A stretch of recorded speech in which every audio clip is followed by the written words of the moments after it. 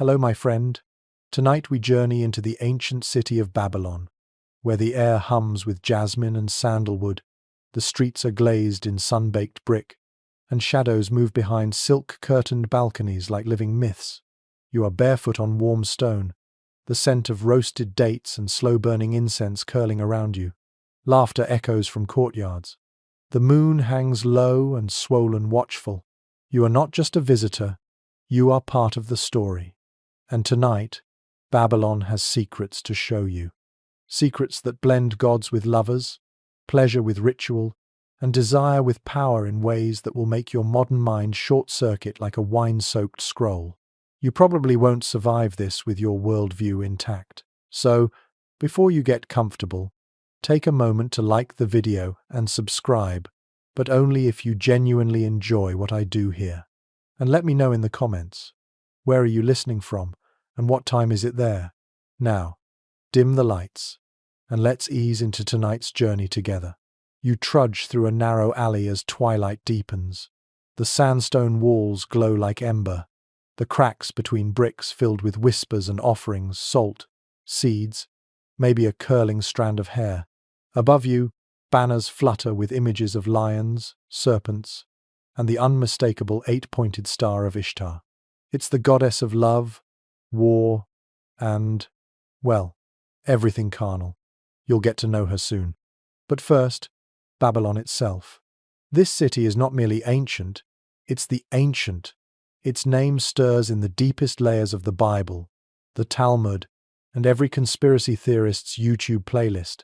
But it's real, it's brilliant, and it's bizarre. At its peak, Babylon pulses with over 200,000 people. Traders and travelers speak in tongues, Akkadian, Aramaic, Sumerian, and slurred dialects of wine-drenched gossip. Towering ziggurats scrape the sky, and the Euphrates slithers like a content python, keeping everything fertile, including the imagination. You pass the gate of Ishtar, glittering with blue-glazed bricks and golden lions mid-roar. You're told this entrance wasn't just architectural flex, it was spiritual alignment. Each brick a prayer, each lion a warning.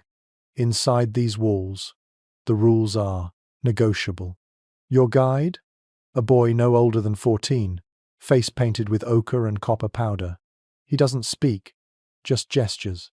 His robe is sheer, and on his wrist dangles a carved amulet shaped like a leaf. Or is it something else? You realize even accessories in Babylon seem to have innuendo baked in. He leads you to a courtyard thick with incense smoke. A woman with silver beads in her hair is dancing barefoot on polished stone. She's surrounded by offerings, loaves, flowers, and tiny clay figurines with exaggerated anatomy. You're not at a party, you're at a prayer service.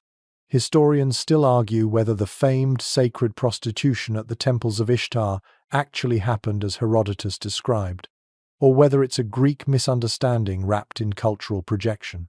But tonight, there's no confusion. You're watching a ceremony that blurs worship with seduction, reverence with rhythm. A man steps forward. His robe is simple, but his necklace tells you he's important. Priest or merchant. In Babylon, the line is thin. He lifts his arms and chants in a voice deep as thunder, under velvet. You don't understand the words, but your spine tingles. It's not what's said. It's how the crowd reacts. People step forward to offer locks of hair, vials of perfumed oil, scraps of poetry. These are tokens of longing, and they are currency. One woman places a golden pomegranate at the base of the altar. Another kneels and kisses the stone floor 3 times. A man removes a ring from his toe, yes, toe, and slides it onto a clay idol shaped like 2 lovers entwined. You're starting to feel it now. Babylon isn't obsessed with sex in the way modern culture is. It isn't titillated. It's reverent. Intimate acts aren't dirty. They're divine. In a city where gods descend to earth and mortals ascend through ritual, what happens behind a silk curtain might just change your destiny. Case in point, the courtesans of Ishtar. These aren't just flirty performers. They're trained in poetry, politics, massage, and midwifery. Some are rumored to read the stars mid-embrace. You glance across the courtyard and lock eyes with one. Her gaze holds yours like a thread. Not threatening, just ancient. Like she's seen the rise and fall of empires from between silk sheets. And she probably has. You wonder briefly if the priests kept a schedule, or if these encounters were decided by dreams and omens. Because dreams, here, are taken seriously. Entire clay libraries exist, filled with dream symbols and their sexual implications. See a snake? Fertility? A lion? Dominance? A fish jumping into your lap? Congratulations, someone's about to propose. Speaking of fish, a quirky Babylonian belief claims that kissing a certain kind of fish before sex ensured the birth of twins. Yes, it's weird. No, we don't recommend testing it on your next trip to the aquarium. You hear laughter. Not the embarrassed kind, joyful, full-throated, ritualistic. A group of women in embroidered robes are bathing in a stone pool filled with rosewater and wine sediment. They're washing away the old year, preparing for the festival of rebirth. This isn't voyeurism.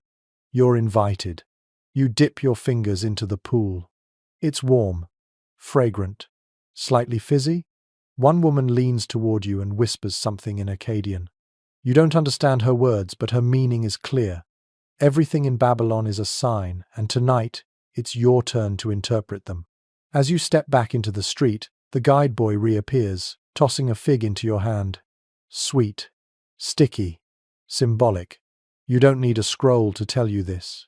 You've just passed the threshold. The city has accepted you, and nothing from here on out is going to feel modern. Behind you, the temple bells chime once, twice. Ahead, another alley opens a narrow path where shadow meets desire and myth dances with memory. You walk deeper into the city as the incense fades behind you, replaced by the sound of copper bells swinging at ankle height. They chime from the waistbands of women waiting by a fountain shaped like a lion's head. Each bell, you're told, marks a vow taken or broken. You won't ask which. Your feet crunch over shells mixed with ash on the road. You're nearing the outer walls of the Temple of Ishtar, but you don't need a map. The rhythm of the place guides you like a pulse under stone. You're here to witness a practice whispered about in every corner of ancient gossip, the rite of sacred union, or as your modern self might phrase it, divine hookup regulations. Here's how it worked, allegedly. According to a handful of texts, and a lot of foreign observers who may or may not have understood what they were seeing, every Babylonian woman, rich or poor, noble or peasant, was expected at least once in her life to offer herself at the temple of Ishtar. To whom? To a stranger, a man chosen by fate, chance, or timing. In return, he would offer silver. The woman could not refuse.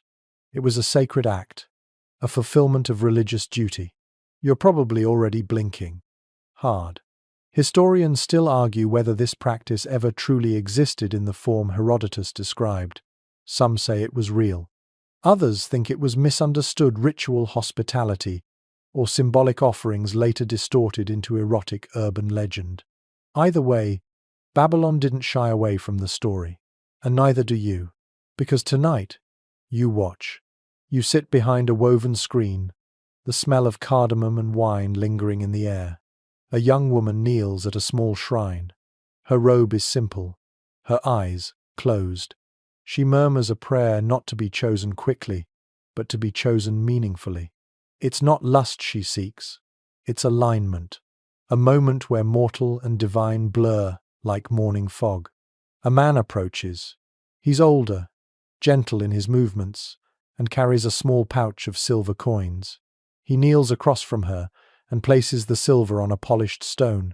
No words, no negotiation. She opens her eyes and nods. That's it. The act, they say, is not just physical, it's symbolic. It joins the feminine and the masculine, earth and sky, human and divine. And unlike the transactional coldness your modern brain might expect, here, the encounter is surrounded by ritual, smoke, song. There's a sense of reverence, like lighting a candle before something sacred. They disappear behind a curtain. You remain seated. Outside, Two temple attendants pour wine into a ceremonial basin. You're told this liquid, if stirred clockwise during the ritual, blesses conception. Stirred counterclockwise? It wards off pregnancy. There's even a whispered third direction, a slow spiral inward that allegedly opens the doorway to prophetic dreams mid-act. You begin to realize Babylon didn't just have bizarre sexual practices, it lived them, wore them like jewelry, hung them on doorposts, wove them into daily commerce and statecraft.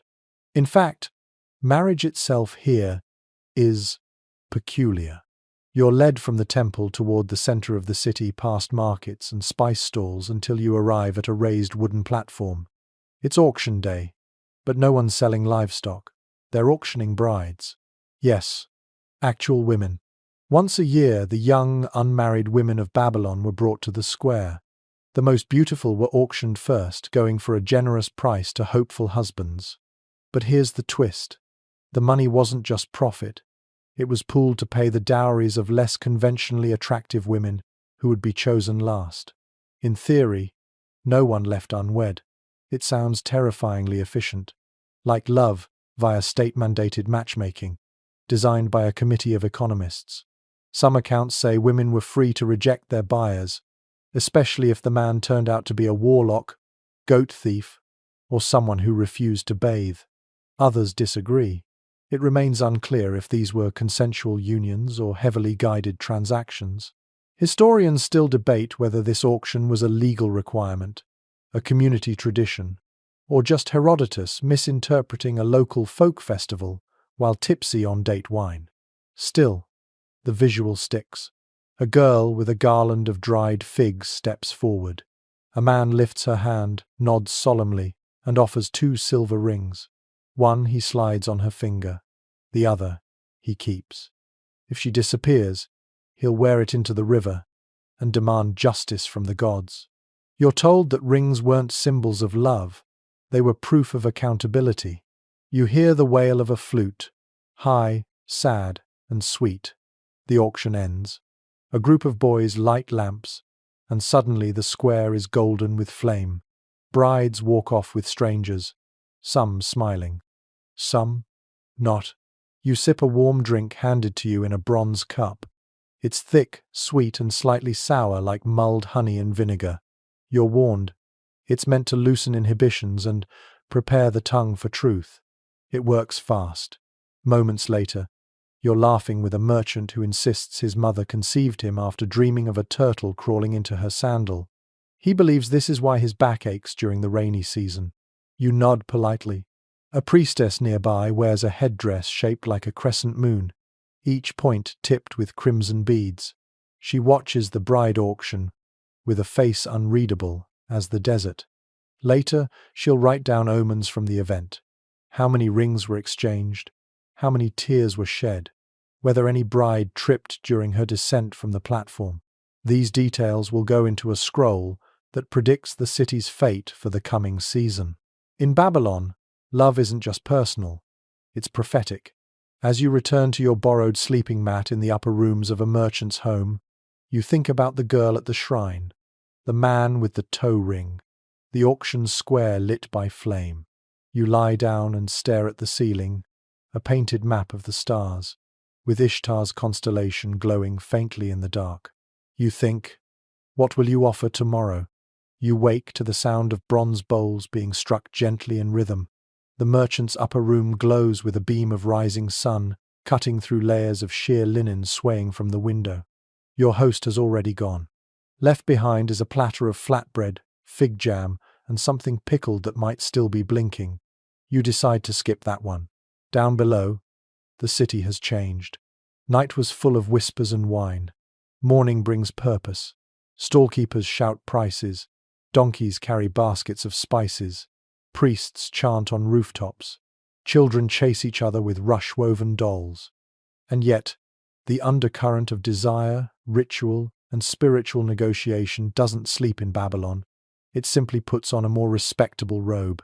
Today, your guide takes you to a quieter part of the city, where the wealthy live in houses lined with columns, and the walls are painted with swirling vines and mythic animals. Here, sexual practices are no longer public ritual, they are private performance. Welcome to the world of perfume, fertility rites, and subtle, aromatic seduction. In Babylon, smell was a language, not just hygiene, not just vanity, but communication. Entire treatises were written on which scents to wear during different rituals, including fertility invocations and wedding nights. You pass a shop where oils are sold in tiny alabaster flasks. Your guide gestures for you to sniff one. You recoil slightly. It's strong, sweet, and earthy.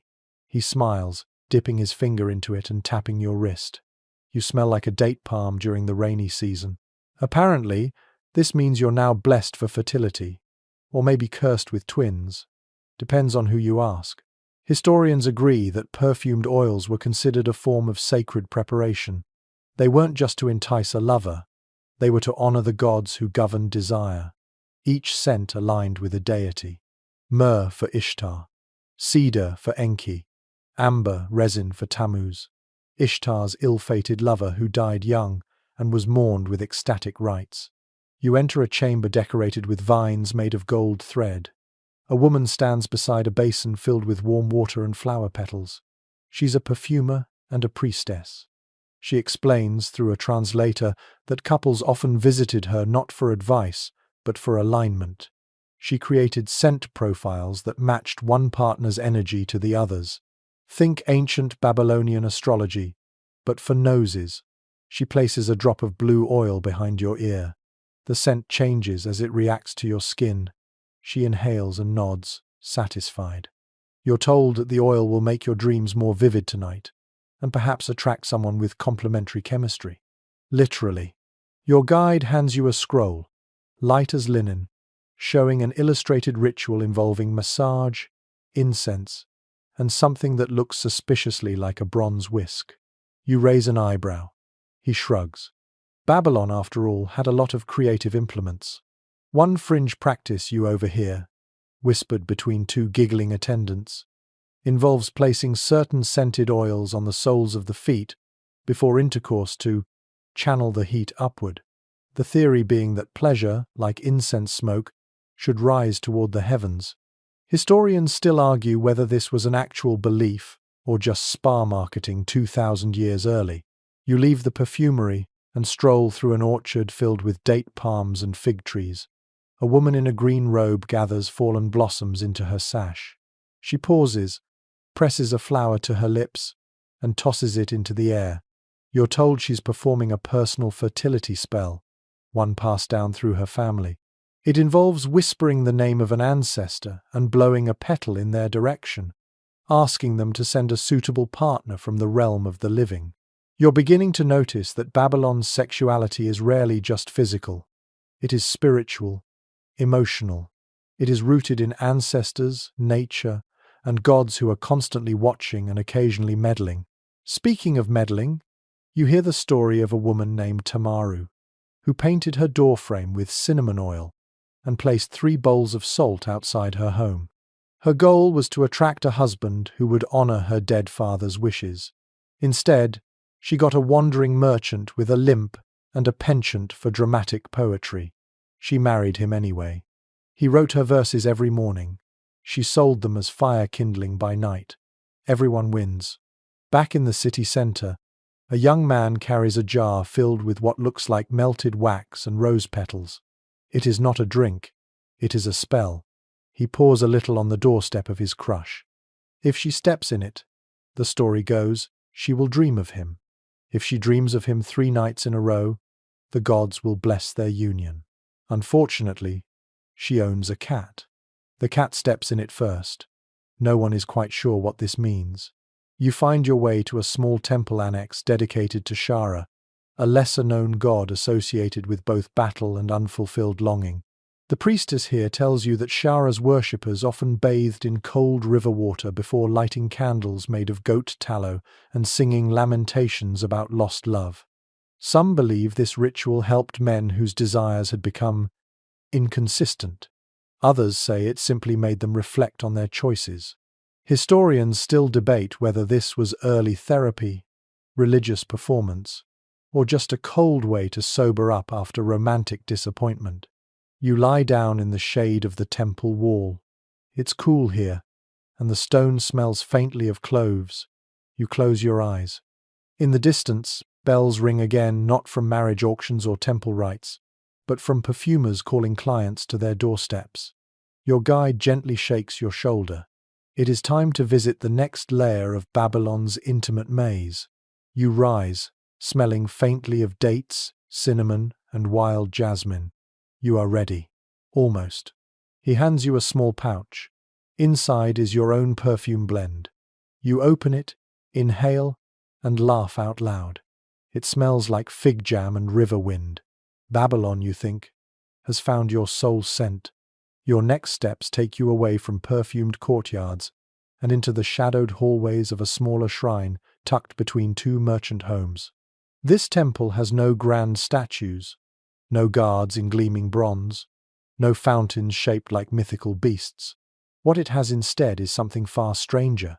Here, the offerings speak not in incense or song, but in objects left behind hair, honey, and hips.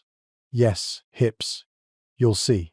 The shrine is dedicated to a lesser-known aspect of Ishtar, one worshipped more privately and with a certain sly reverence.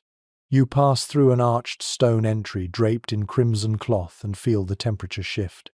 The air is heavy with beeswax, old wine, and something metallic. It smells like secrets. Laid out across low tables are dozens of small clay figurines. Each one is different. Some are smooth and abstract, others startlingly detailed. They all have one thing in common, an exaggerated curve to the hips. Some are stylized to the point of surrealism, with waists like hourglasses and hips flared like horns. Others are sculpted with natural earthly fullness, fingerprints still visible where the artisan molded them in haste or devotion. These aren't toys, they're prayers. You're told each figurine was left by a woman hoping for a child, a husband, a lover, or even an escape. The shape of the hips symbolized fertility and power, a divine invitation for the goddess to inhabit the figure and bless its creator. Your guide picks one up gently and places it in your palm. It is surprisingly warm from the sun, slightly rough to the touch, and about the size of a fig. You are holding someone's wish, hardened in clay and time. Next to the table lies a collection of offerings that make you tilt your head. Locks of hair tied with red string, honey cakes wrapped in leaves, tiny pouches filled with pomegranate seeds, one or two stained with something darker. These are tokens left by women who wanted their desires known to the divine without saying a word. In Babylon, privacy and symbolism went hand in hand. There is even a piece of linen with a single phrase scrawled in black ink. Your guide translates it softly. Let his eyes see only me. A love spell, perhaps, or a plea. The difference, in Babylon, is always blurred. Historians still argue about the exact purpose of these shrines. Were they used primarily by women? Were men involved too? Did priests interpret the figurines? Or were they private messages for the goddess alone? The records are silent, and the artifacts too cryptic to give clear answers. But you feel it in your bones. This was a place of longing, not performance, not spectacle, intimate, raw, and deeply human. You sit on a cushion in the corner and watch as an older woman kneels at the altar. Her hair is silver, her robe plain. She unwraps a cloth bundle and places a small carved comb on the stone. It is cracked, delicate, and clearly worn from use. She closes her eyes and places both hands on the altar. You don't understand the words of her prayer, but her voice trembles with memory.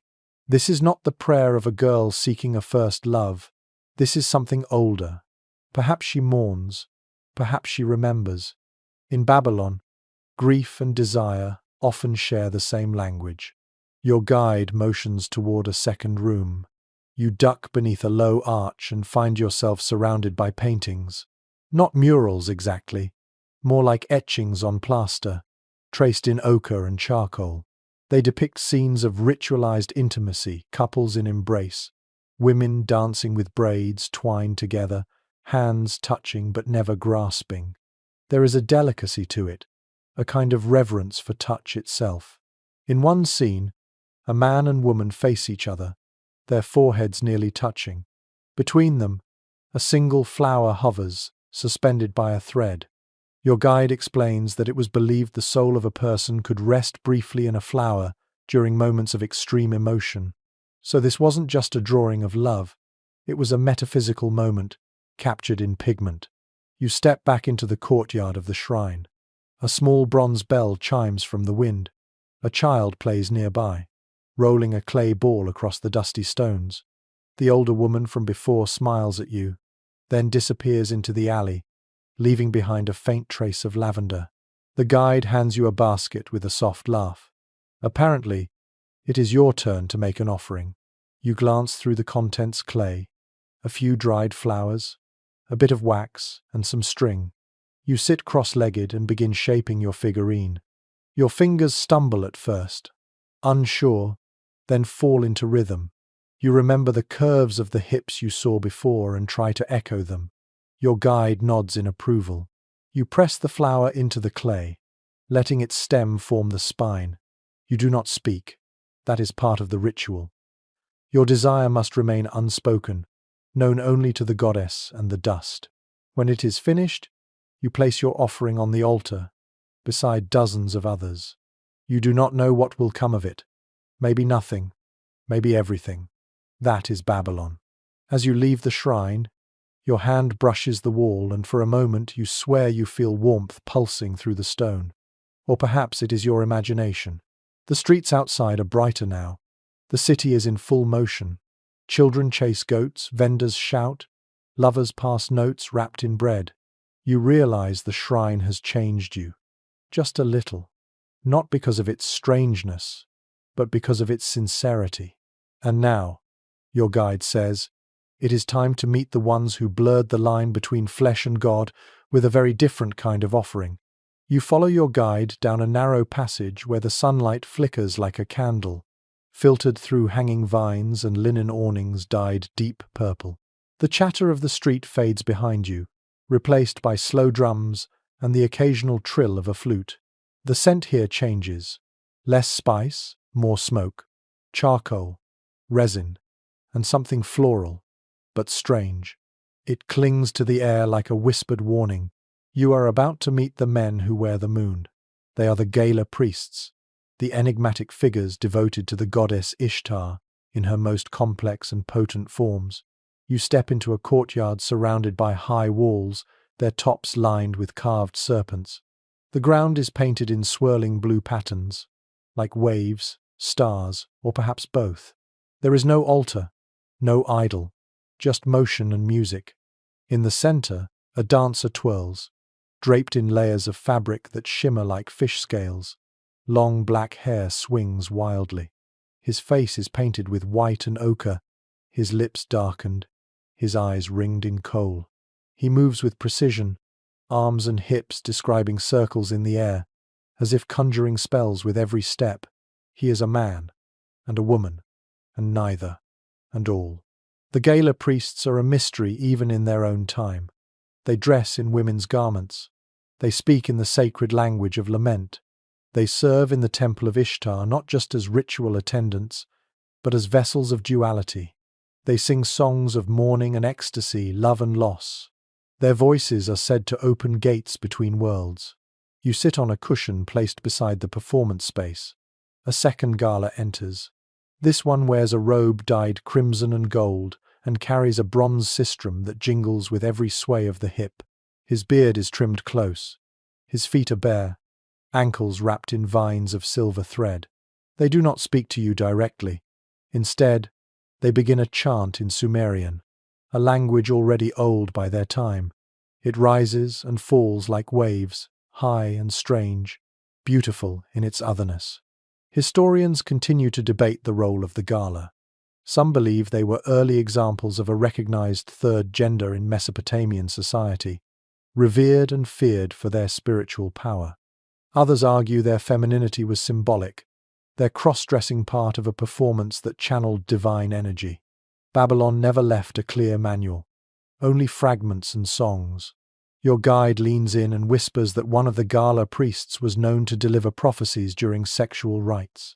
Not physical acts necessarily, but through movement, sound, and touch meant to awaken hidden knowledge. They were consulted by kings and warriors before battles, and by couples who had lost the will to desire. The performance changes. The dancer now moves slowly, almost sorrowfully. Another joins with a harp, plucking a tune so delicate it feels like silk brushing your skin. The dancer weeps openly now. You're told this part of the rite is called the Lament of Tammuz, a performance of the death of Ishtar's beloved. Every tear is intentional, every cry a coded invocation. The story goes that Ishtar, in her grief, descended into the underworld to bring her lover back. But she could only succeed through sacrifice, through the undoing of her own glory. The gala priests embody that undoing, giving up the rigid roles expected of men, stepping into the undefined, the in-between. You notice others entering the courtyard, men with shaved heads, women in black veils, children too. All watch silently. No one laughs, no one stares. In Babylon, the gala were not mocked. They were honored, feared, yes, but respected. It is said that to insult a gala was to invite Ishtar's wrath, a goddess not known for subtlety. One woman steps forward and kneels. She pours water at the dancer's feet, a libation, an offering. The dancer kneels in return, touches her forehead, and whispers something in her ear. She begins to cry, not from pain, but from something deeper. You realize you are witnessing not a show, but a healing, a transformation. It is said the gala had the power to absorb grief, to carry sorrow for those who could not bear it. They wore pain like a robe and turned it into beauty. Your guide hands you a tablet, inscribed with part of a song attributed to a gala priest. The lines read, "I am the one who walks both ways. My tears are prayers. My dance is fire. My love is storm and silence." You roll the tablet gently in your hands. Its edges are worn smooth. Someone has read this many times before you. As the ceremony ends, the dancers kneel in a circle and chant a final word 3 times. You do not understand it, but it hums in your chest like thunder waiting in the earth. You leave, the shrine changed. Back in the street, vendors shout, goats bleat, someone sneezes nearby. Life resumes, but inside you, something lingers, the image of the dancer, the weight of the chant. The way Babylon allowed room for those who did not fit, not just to exist, but to lead, to heal, to guide. The moon rises early tonight, visible even in daylight. You wonder if that is a sign. Your guide turns to you and says only this: "Now you must meet the ones who speak not to gods, but to animals." And sometimes, in their strange way, the animals answer. The road twists toward the edge of the city where the noise softens, and the air grows thicker with dust and the musky scent of livestock. You hear the bleating of goats before you see them. A dozen of them, tied loosely to a post near a mud brick enclosure, nibbling lazily at dried palm leaves. Your guide does not speak but gestures for you to sit beside a stone trough. He offers you a piece of sweet bread with figs pressed into the crust. As you chew, he points to a group of men and women gathered under an awning made from stitched-together animal hides. They are dressed plainly, but their jewelry is ornate. Bronze spirals hang from their ears, and amulets shaped like goats dangle from their necks. You are about to enter the world of fertility rites, where animals play a central and bizarre role. A woman steps into the center of the group holding a newborn goat in her arms. The goat squirms once, then settles. She strokes its fur and begins a low hum that turns into a chant. It is not a language you recognize. It sounds more like an imitation of the animal's bleat, layered with vowels that carry the rhythm of breath. A young couple steps forward. Their hands are bound loosely together with a vine. You are told they have been trying to conceive for many months without success. Today, they have come to perform the ritual of the whispering goat. According to the rite, the goat acts as a vessel for fertility energy. It receives the frustrations of the couple, then channels new life into their union. The woman with the goat walks in a circle around them, brushing the animal's tail against their legs. She chants more loudly now, calling on the spirit of the goat god, believed by some to be an aspect of Dumuzid or even a separate rural deity whose name has long been lost to formal records. Historians still argue whether these rituals were sanctioned by city temples or if they existed outside mainstream worship, passed through generations of herders and midwives. The fact that goats appear repeatedly in Babylonian fertility carvings suggests that the animal held serious symbolic weight. The ritual continues. A man with a clay drum begins to beat a steady rhythm. The couple presses their foreheads together. The goat bleats once, sharply, as if on cue. The crowd gasps and the woman declares it a good sign. The animal is set down and scampers off toward a trough, uninterested in its moment of divine service. Next comes the anointing. The priestess, if she can be called that, brings out a bowl of thick paste made from goat's milk, date syrup, and crushed seeds. She dips a finger in and paints a spiral on each person's belly.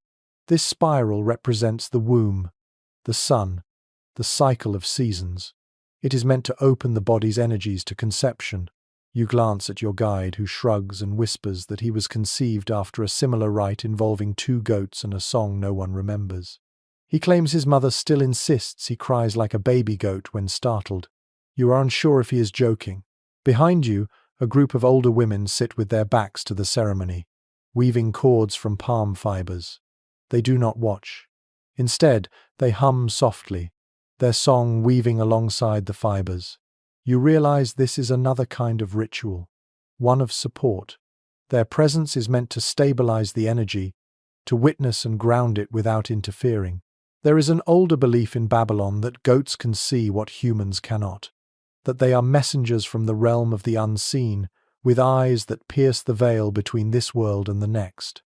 Some think this is because of their horizontal pupils. Others just think goats are weird. One clay tablet, your guide tells you, describes a rite in which a goat's breath is believed to carry away bad dreams if inhaled before dawn. The tablet does not mention how many noses were broken in the attempt. A second couple steps forward. This time, 2 goats are involved. One is white, the other brown. The choice of goats represents different blessings. White for clarity and peace. Brown for endurance and transformation. The couple chooses brown. Brave choice. The ritual repeats with variations. Different songs, different movements. The goats seem mostly indifferent, but the people treat every twitch, every bleat, as meaningful. And in a way, it is. Because belief shapes experience. And in Babylon, experience shapes reality. You are invited to touch the forehead of one of the goats. You hesitate, then press your hand gently between its horns. Its fur is coarse. Its breath smells like dried grass. You half expect a vision, a tremor in the air, something theatrical. Instead, the goat sneezes on your arm and trots away. Your guide is delighted. He insists that a sneeze means protection from jealousy. You silently hope that is true. Nearby, a girl no older than 10 is drawing shapes in the dust with a stick. You kneel beside her. She draws a goat with 2 heads. When asked, she says this goat lives in the stars and guards the dreams of children. You realize she is describing a constellation, one you vaguely remember seeing etched in a ceiling painting on your first night here. The myth of the twin-headed goat is not in any official record, but she knows it. Her mother taught her, her grandmother too. It is alive in her voice. You begin to understand that Babylon's sexuality was not limited to temples or scrolls. It lived in gestures, in symbols, in animals and stories whispered under breath. It was organic and strange and deeply interwoven with everyday life. As the sun dips lower, the goat rituals wind down. The couples are led away to private quarters where, you are told, they will rest and perhaps dream under blessed blankets woven with goat hair and symbols of fertility. You wipe the goat sneeze from your arm and stand. Your guide motions forward. It is time to return to the city's heart, where steam and stone await. Tonight, you enter the bathhouses, and nothing will stay clean for long. The road into the city tightens again, this time narrowing between tall walls streaked with the white powder of evaporated minerals. You pass under archways that drip condensation from clay gutters above. The scent shifts gradually from dust and goat to heat and salt, and the clean, faintly sour smell of steam rising off stone. Your guide stops before a large rectangular building marked only by a carving of a fish and a single eye. No inscription, no guards, just a door made from dark cedar, damp with age and ritual. He pushes it open with his foot. You step into another world.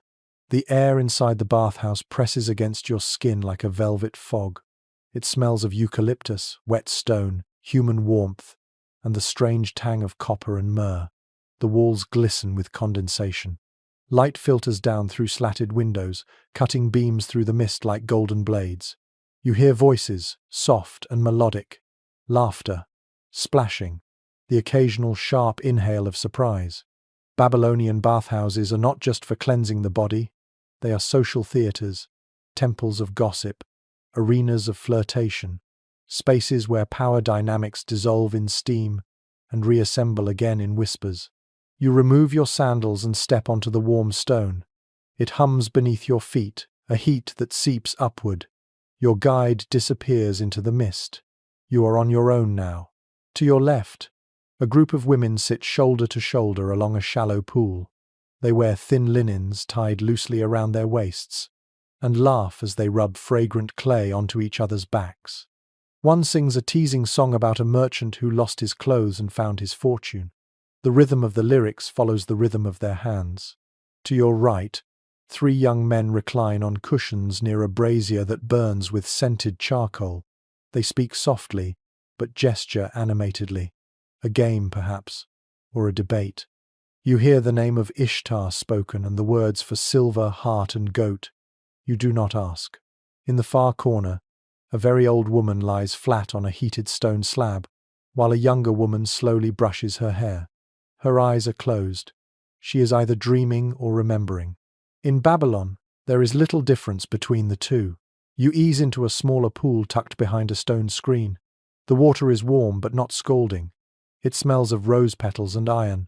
You let your shoulders sink below the surface. The tension slips away. The city, the goats, even your own curiosity fade into the sound of dripping water and the soft scrape of skin being washed. A woman sits beside you. Her robe clings to her from the steam. She leans close and asks if you have been to the back room yet. You shake your head. She smiles. The back room is where things get even stranger. You follow her through a low hallway lit with oil lamps. The walls are painted with murals of rivers, stars, and birds in flight. On one, a man and woman embrace in a pool while fish leap around them. On another, 2 women comb each other's hair while a serpent watches from a tree. You reach a chamber veiled with a sheer curtain of woven reeds. Inside, the air is thicker, denser. The sound of water changes. You hear it now not as trickles, but as pulsing, a deliberate rhythm, like breath. You step through the curtain and stop. There are no pools here, only platforms of smooth stone and large jars filled with warm oil. On each platform lies a person, and beside them, a bathhouse attendant gently presses oil into their skin using long, rhythmic strokes. This is the massage ritual known as the binding of heat and soul. In Babylon, it was believed that the soul could sometimes drift loose during intense emotion. Joy, grief, lust, or fear could cause it to flutter away like a startled bird. The binding massage was designed to coax the soul back into the body, to reunite the self before sleep or ceremony. You are invited to lie down. The stone beneath you is warm, not from fire, but from the constant press of other bodies. An attendant places her hands on your shoulders. They are firm but kind. She does not speak. She begins to press, stroke, circle. Her touch moves down your spine, across your arms, to your feet, then back again. She hums softly, a melody you do not recognize. Your thoughts begin to slow. Your breathing matches the pulse of water somewhere in the walls. You are here, entirely, in your body, in Babylon. She presses a finger gently to the center of your chest, and then your forehead. You do not ask why. You do not need to. Afterward, you are given a linen wrap and a small cup of drink. It tastes like mint and something bitter, a tonic, you are told, to settle the senses. You re-enter the main chamber. It feels brighter now, though nothing has changed. You are just clearer, as if your eyes have been wiped with warm cloth. A group near the pool is discussing dreams. A woman claims she saw the river goddess last night, who promised her a child with eyes like crushed lapis. Another laughs and says she dreamed of a donkey that turned into a pot of honey. Everyone nods, serious. You realize that in Babylon dreams are currency. The bathhouse is their bank. Historians have found dozens of dream interpretation tablets, some specific to bathhouse rituals. One warns that if you dream of losing your sandal in a bath, you will soon be tempted by an unworthy lover. Another states that dreaming of hair floating on water means someone close will confess a desire. You remember the woman brushing the old woman's hair. Maybe she was waiting for such a moment. You leave the bathhouse with skin glowing and limbs loose. Your mind is quieter than it has been in days. As you step into the cooling twilight, your guide appears beside you once more. He offers you a single flower wrapped in a scrap of silk. It is a hibiscus, a symbol of sleep and seduction. He smiles and says only this: "Now you will meet the dream keepers." And they do not wait for night. The night has settled over Babylon like a blanket, warm and still. The streets pulse with the sound of distant drums, the occasional cry of a hawker selling moonlit amulets or perfumes blended with the scent of night-blooming jasmine. The city is alive in a way you've never felt before, its rhythms softer now, but no less potent. Your guide leads you to a narrow alley. It's dark here, and the air smells of wet stone and forgotten memories. You feel an odd tension coil in your chest, a feeling that something is about to change. You stop at a door made of wood, so old it seems to have absorbed the weight of the city's secrets. The carvings are subtle, faded with time, but you can just make out the image of a woman sitting with her hands resting on a sleeping man's chest. Above them, the stars swirl in an almost hypnotic pattern. It's a symbol of dreams, of desire, of what can be called into the world from the depths of sleep. Your guide knocks twice, and the door creaks open. You step inside. The room is dim, lit by the flickering light of oil lamps, their flames dancing in rhythm with the quiet hum of voices. You're not sure whether the hum is real, or if it's just the sound of your own heartbeat, now synchronized with the pulse of this place. It feels ancient, this hum. It feels eternal. In the center of the room, several figures sit around a low table. They are dressed in dark robes, their faces obscured by hoods. They move with an eerie grace, their hands making intricate gestures in the air as if conducting an invisible orchestra. These are the dream keepers, the ones who guide the souls of the restless. They are not mere seers or soothsayers, but keepers of the thin veil between the world of the living and the world of dreams. In Babylon, sleep is not just a natural process. It is a sacred ritual. Dreams are messages, portents, directions from the gods, and the dream keepers are the interpreters. One of the figures looks up as you enter. Her eyes gleam from the shadows, sharp and knowing, as though she has already seen your every dream before you have even slept. She motions for you to sit.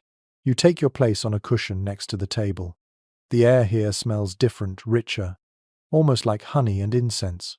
It's a scent that makes you want to relax, to sink into the cushions and let go of all your thoughts. You do, instinctively, and immediately a sense of calm washes over you. You feel as if you are floating. The dreamkeeper before you reaches out and gently places her hand over yours. Her touch is light, like the whisper of wind. She does not speak. Instead, she closes her eyes and begins to hum softly. The melody is familiar, though you can't quite place where you've heard it before. It feels as though the tune is inside you, part of your own memory, part of the collective dream of Babylon itself. As she hums, she begins to weave her fingers through the air. You notice small, glowing shapes beginning to appear around her hands. They look like fleeting fragments of dreams, shifting from one form to another, a flower, a bird, a face, all suspended in the air, before dissolving into nothingness. The dreamkeeper opens her eyes and looks into yours. "What have you dreamt?" she asks, her voice soft, almost a whisper. You hesitate. You can't recall your dreams clearly. They're fleeting, like shadows slipping through your fingers when you try to hold on to them. You explain this to her. She nods, understanding. "It is not uncommon," she says, her voice carrying the weight of knowledge that transcends lifetimes. "But dreams, even the forgotten ones, leave traces in your body, in your heart, in your soul. It is our job to find those traces." She motions to a small bowl beside her. It's filled with water that sparkles as if lit by 1,000 tiny stars. She dips her fingers into the water and begins to trace lines in the air. The lines grow and stretch, intertwining like threads of light, forming shapes that you don't quite recognize but somehow understand. "These," she says, "are the paths your dreams have traveled. They leave marks, impressions. We collect these impressions, and through them, we glimpse the future. We glimpse the paths you must walk." She looks at you again, and this time her gaze feels even more penetrating. You feel as though she's looking through you, into the deepest parts of your being. "Tell me," she asks, "what do you seek in your dreams?" The question lingers in the air, heavy and still. You think about it for a moment. What do you seek in your dreams? You don't know. Or maybe you do, but the words are hard to find. You wonder if the answer matters to her, or if she already knows it. The dreamkeeper doesn't press you for an answer. Instead, she reaches into the bowl again and pulls out a small vial of shimmering liquid. She holds it up to the light, and the liquid inside glows faintly. "This," she says, "is made from the tears of those who dream too deeply. It is a potion that will guide you when your dreams become tangled and you can no longer see the path." You don't know what to say, so you simply nod. It feels right. It feels important, though you don't understand why. Another figure at the table rises and begins to chant softly in a language you do not recognize. The sound vibrates through the room, resonating in your chest. It feels like the hum of the earth itself, deep and constant. The dreamkeeper with the vial stands and moves toward the back of the room, where a door leads to an inner chamber. You know it is time to leave. Your guide rises silently and beckons you to follow. As you leave the dreamkeepers behind, you feel as though you've entered a new realm, one where the boundaries between waking and sleeping blur into nothing. The air outside feels colder now, though the moon hangs high above, a silver orb casting its light over the city below. You wonder if you will remember the dreamkeepers when you wake. You wonder if you will carry their touch with you into tomorrow. You feel a shift in your being, a change that comes only from walking through the threshold of the unknown. Your guide leads you through the darkened streets, but you no longer feel lost. You feel as though you are being gently guided by unseen hands, the threads of fate weaving together in patterns you have yet to understand. Tonight, Babylon's secrets have entered you, and you are forever changed. The cool night air wraps around you like a blanket as you walk beside your guide, your feet barely making a sound on the dusty streets. The moon hangs low in the sky, casting long, soft shadows across the stone.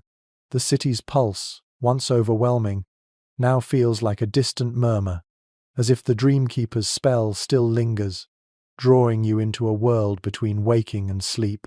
You pass through quiet alleys and bustling marketplaces, your mind drifting back to the chamber with the dreamkeepers. Their voices, their presence, the soft hum of their chants, it feels like a distant memory already, though it only happened moments ago. The sensation of being inside their world, the tangible connection to the spirit realm, still lingers like a faint echo in your chest. Eventually, you arrive at the edge of the city, where the buildings give way to open fields. The air is fresher here, the smell of earth and the distant river mixing with the night's cool breath. The sounds of the city are muffled now, almost as if you've stepped into another realm entirely. Here, there is only the soft rustle of grass, the distant cry of a bird, and the hum of the earth below your feet. Your guide stops at the edge of a low hill, where a solitary tree stands, its branches reaching up to the sky like outstretched arms. The tree is ancient, its bark twisted and knotted, its roots digging deep into the earth. You feel drawn to it, as though something within you recognizes it, though you cannot explain why. Here, your guide says, his voice softer now. This is the place where the dreams and the earth meet.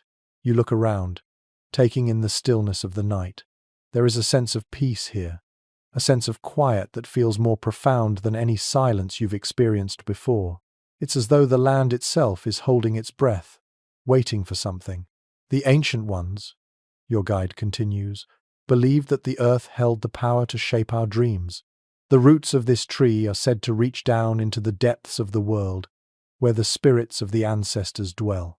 It is here that the dreams of the past come to life, and the dreams of the future are born. You look at the tree again, and for a moment, you swear you can see something flickering in its branches, glowing lights, like fireflies, moving in patterns that are too deliberate to be random. Do you see it? Your guide asks, following your gaze. You nod slowly, not sure whether what you're seeing is real or just a lingering effect of the Dreamkeeper's potion, but it feels significant. The guide steps forward and places a hand on the tree's rough bark. He closes his eyes, his lips moving in a quiet, steady prayer.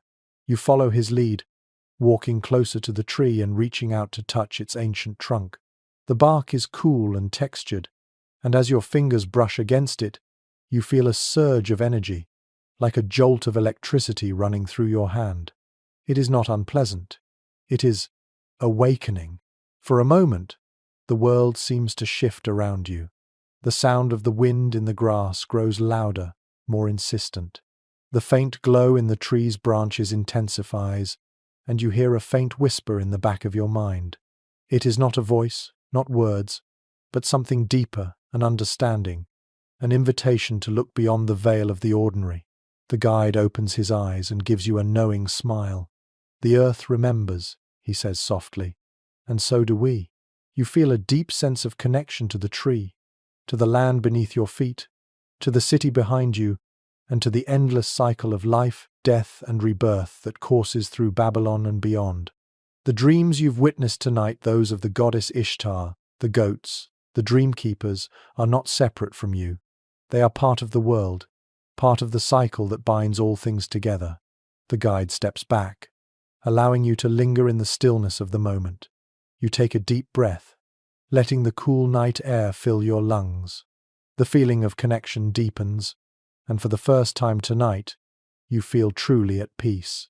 This is the heart of Babylon, your guide says, breaking the silence. Not the city you've seen, not the rituals or the temples or the crowds, but the spirit that lives beneath it all. The earth, the ancestors, the dreams. You nod, feeling the weight of his words settle in your bones. The Dreamkeepers had shown you the path between worlds, the way in which Babylon's power is woven into the very fabric of existence. Here, in this quiet space, you feel as though you've touched something ancient and eternal, something that goes beyond the boundaries of time and place. As the night deepens, the stars overhead seem to come alive, twinkling with a new intensity. The Dreamkeeper's melody lingers in the air, woven into the fabric of the world around you. You close your eyes, feeling the earth beneath you, the wind in the trees, and the pulse of Babylon's spirit flowing through your veins. When you open your eyes again, the tree before you is still standing, its branches reaching toward the stars, its roots sinking deep into the earth. But now, you see it for what it truly is, a bridge between the waking world and the world of dreams, a connection between past and future, between the mortal and the divine. Your guide turns and starts to walk back toward the city. You follow him, the weight of the night's journey settling in your chest. You no longer feel like an outsider in Babylon. You feel like you belong here, as though the city's secrets have become your own. As you approach the city gates, you realize that the journey isn't over. It has only just begun. Babylon has shown you its rituals, its dreams, its love and loss. And now it has opened a door to something greater, the understanding that the stories of this city and of the world itself are written in the stars and in the earth, in the waking and the dreaming, in the quiet moments between. The path ahead is unclear, but you no longer fear it. You are ready. The gates of Babylon open before you, revealing the sprawling city bathed in the cool glow of the moon. The streets are quieter now, the sounds of the night drifting through the air like whispers, carrying secrets only the city's ancient stones could truly understand. Your guide has led you through so many layers of Babylon's soul, through rituals that blurred the lines between heaven and earth, life and death, waking and sleeping. As you walk through the city's heart, you begin to realize that Babylon is not just a place, it is a living thing. Its streets pulse with the energy of generations. Its walls echo with the stories of those who have walked here before you. It is a city of desire, of secrets, of dreams woven into the very fabric of its existence. And now, it is yours too. Your guide stops at a small alcove in a quiet corner of the city, a hidden space that you would have missed if you hadn't been paying attention. A shrine stands here, not grand or elaborate, but simple and intimate. It is dedicated to a lesser-known god, one that rules over the spaces between things, the space between breaths, between words, between moments. It is a god of pause, of stillness, of the time in between. The shrine is empty, save for a small offering, 2 stones arranged side by side, their surfaces worn smooth by time and touch. You kneel before it, your fingers tracing the stones as if to understand their meaning. There is something profoundly peaceful about this moment, as if the city itself is taking a breath with you, allowing the stillness to fill the air. Here, your guide says softly, you can hear the pulse of Babylon, not the drums or the chants or the laughter, but the quiet hum beneath it all. The city rests here, in these quiet moments.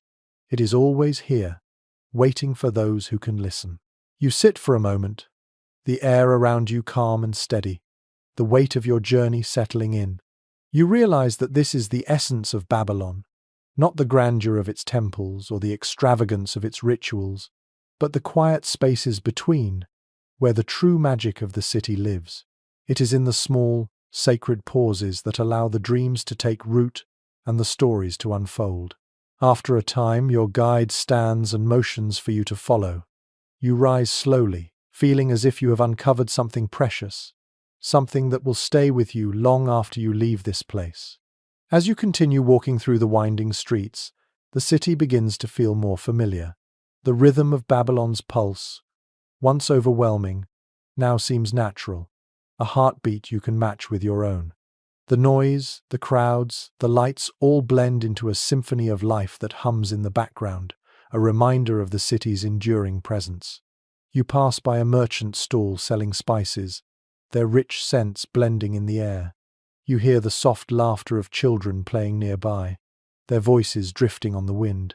In the distance, the silhouette of the ziggurat looms against the night sky, its ancient stone steps a silent testament to the city's long history of worship and wonder. At the edge of the marketplace, you stop in front of a small fountain, its waters sparkling in the moonlight. You gaze into the water, the ripples distorting the reflection of the stars above. There is a sense of finality here, a moment of quiet understanding. You have seen Babylon in all its complexity, in all its layers, and now, in this moment of reflection, you understand that the city is more than just a place of history or legend. It is a mirror, reflecting the deepest parts of yourself. The guide steps back and watches you for a moment, as if waiting for something. You turn to him and offer a small smile, a silent thanks for showing you the city's true heart. There is always more to see, he says softly, his voice carrying the weight of years spent in this city. But you have seen what you need to. Babylon has opened its doors to you, and now it is time for you to walk your own path. You nod, feeling the truth of his words settle deep within you. You are not the same person who first arrived in this city. The dreams, the rituals, the quiet spaces, they have all changed you, shaped you in ways you cannot yet fully understand. But you know this. Babylon's heart is now part of you, woven into the very fabric of your being.